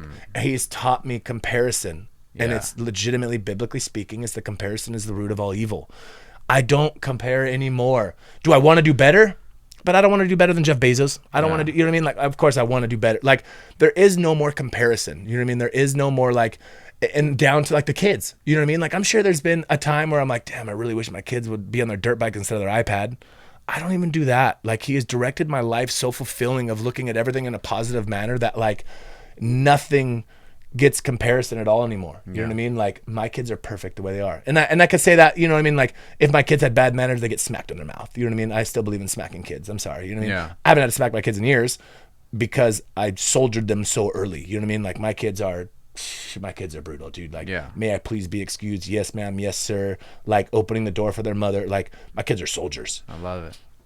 And I'd never compare them, but like, you know, there was a time where I'm like, dude, my homie's kid's 7 riding a dirt bike, and I'm like, these dorks still piss on the floor. You know what I mean? Like, but I've lost all of that. You know what I mean? And with that great assault, of course, like, I won't ever let them de-escalate into something that they shouldn't be and lose manners and all that stuff. But like, Jesus has led me into a life of not comparing and loving my life for what it is and who I am, and living a life through Christ, you know what I mean? And showing I don't know if respect's the right word, to a man that gave his life for us, you know what I mean? Like, it's brutal, you know what I mean? God gave his only son for us, you know what I mean? And I want to live a life for it, you know what I mean? It's got to mean something, you know what I mean? And it's so hard. I grew up, I couldn't, and it took reading. It took reading the Bible. You know what I mean? And I still haven't gotten through it entirely. You know what I mean? I get to the parts where I can, and I religiously, you know, I'm saying that hypothetically, not literally, but religiously in a metaphoric word, try X amount a day to read certain points in parts, you know, and my biggest thing, and I don't know about you, I don't know where you stand religiously speaking, but my biggest thing, what I always tell people is, if God's real, how come kids die? And it was always a very touchy subject for me, because it's like, wait, if you're God Almighty, you know what I mean? Like, why do kids die? And I would get some answers that were brutal, that would make me even steer away even more. Like, well, maybe that kid was going to grow up and be a serial killer. I'm like, how dare you even, that little 4-year-old innocent in life, how dare you even think that, you know what I mean? But you got to think about it. Like, maybe God didn't, you know what I mean? But I never agreed with it. It freaked me out. I'm like, you guys are psychopaths, dude. I'm not going down this route. You know what I mean? And then, you know, it gets, let's go back to Charlie Kirk. You know what I mean? Like, why would God take that person's, you know what I mean? And again, it took me to studying and figuring out God gave us free will. Yeah. And knowing, you know, tragedy, free will is going to bring the ability to do really bad things.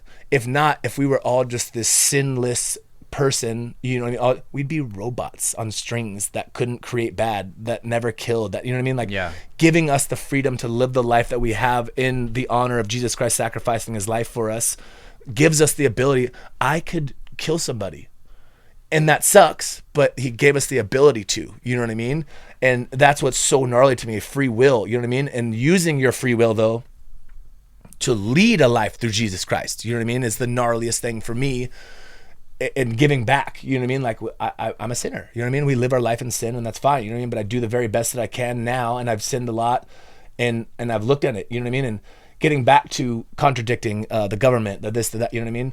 There is, you know, and these statistics are insane, and a lot of them can't be completely proven, and I understand that, and science is a thing.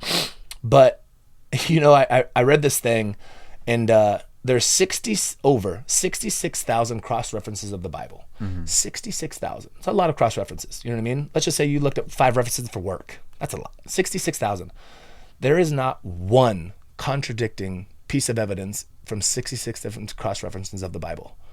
You know what I mean? And that alone blows my mind and keeps my faith. You know what I mean? Like, that's the biggest thing. I think people keeping faith, you know what I mean, is the biggest thing. It's insanity, though, to think that, you know what I mean? And Charlie Kirk actually said this thing one time, and I get it for it. Now I have to use it. And there has, you know, and this is coming directly from Charlie Kirk's mouth, there has never been an archaeological finding of any sort that contradicted the beginning of the Bible. And if the beginning of the Bible is real, then so is everything else. Yeah. You know what I mean? Like, it's so gnarly. And he even used that when the Bible was first started, and I'm sure you're aware that this is still a thing today, women's rights, you know what I mean? But back then, even more so. Women, shut the fuck up, cook, do dishes, whatever, fucking dust the dust off the floor of our mud hut, whatever. You know, women had no rights. I mean, brutal. The women had no say. You go back to the beginning of the Bible, and the first people to see Jesus Christ as he was reborn was women. That's the writing. Do you think that they would use women to hold up an argument if it weren't true? Like, history shows we would never use a woman for any type of evidence whatsoever, especially back in those days when they had zero rights. You know what I mean? And that's what brought my faith. That's what gave it to me. It's like, dude, if that's real, then the rest of it, you know what I mean? Like, it's so gnarly, you know what I mean? You go back to where Jesus Christ, you know, being crucified and buried inside of the tomb. They went back and he wasn't there.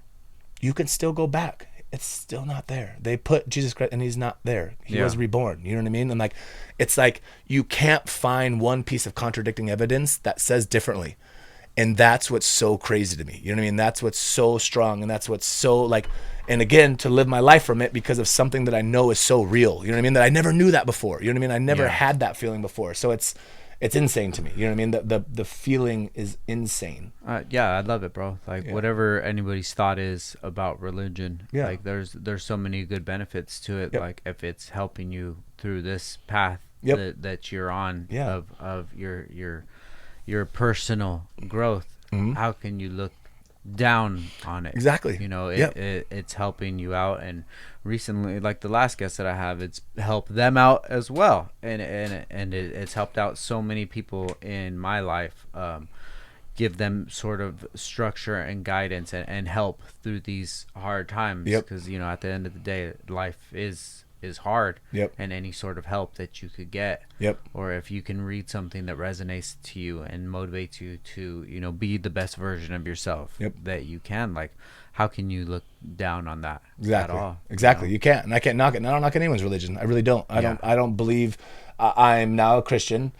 I don't frown upon Muslim, Jehovah, Catholicism. I don't frown upon any of it. You know what I mean? I really don't, and that's saying a lot, because technically you should. You know what I mean? If you think about it, but it's like I'm just a different type. You know what I mean? I think there's a lot of different ways. Yeah, it just depends. Like you were saying about the people who they're super religious people. They'll go to church on Sunday, you know, and then they're cheating Sunday night. Yes. You know, like 100%. or gang banging or killing somebody and fucking 100%.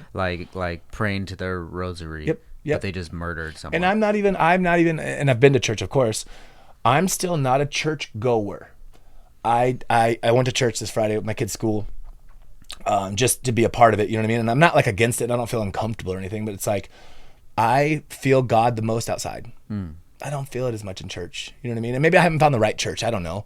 You know what I mean? But it's like, I when I step outside and I see that sunset, when I see that sunrise, when I see the fog, when I see the sun, when I see the rain, when I see us, I feel God the most. You know what I mean? Outside. You know what I mean? And I think, you know, people say it's natural temples. You know what I mean? Like churches were man-made. You know what I mean? To worship someone, and that's fine. You know what I mean? If that's a place of worship for sure.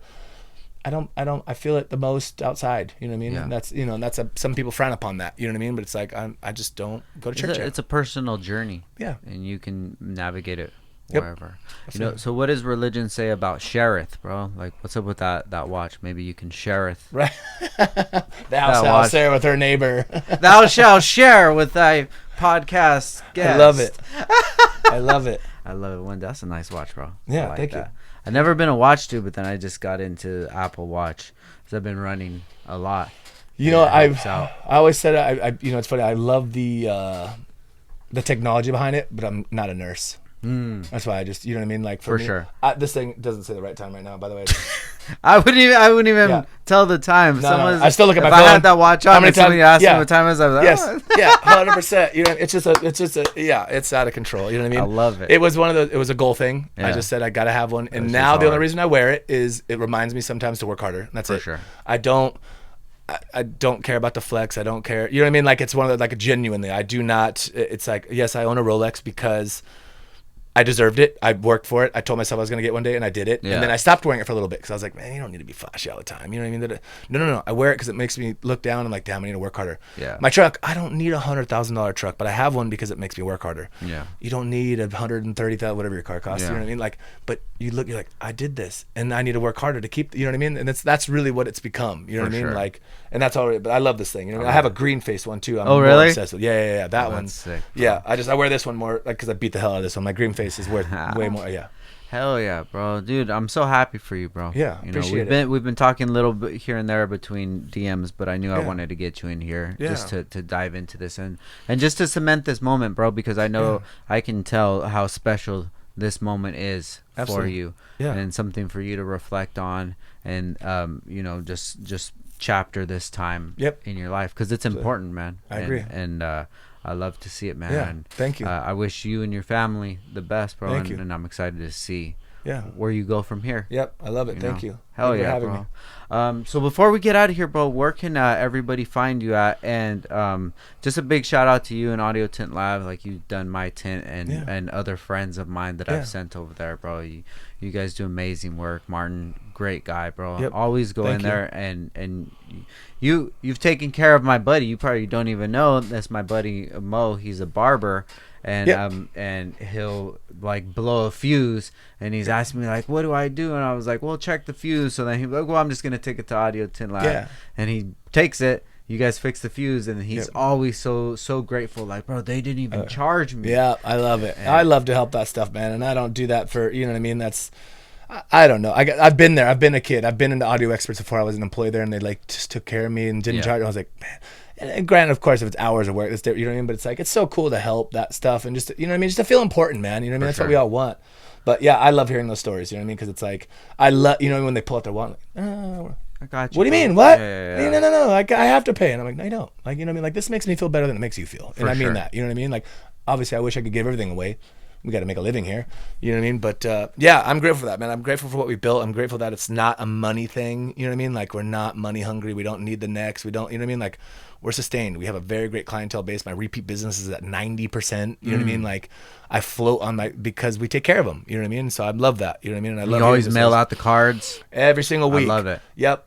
It's simple. I used to write out like paragraphs, and then it got way too intense. So now it's just a thank you. But it's like, I still take my time, stop my life, put thank you from me to, you know what I mean? Like, and that means the world to me. And it's a genuine thing. Again, is I feel good when I write those. And it's just like, I don't care if I went to like, you know, and I hate it, going off really quick subject here. I go to Larson's. I like Larson's a lot. Larson's probably like my favorite spot. I try to go there like once a week.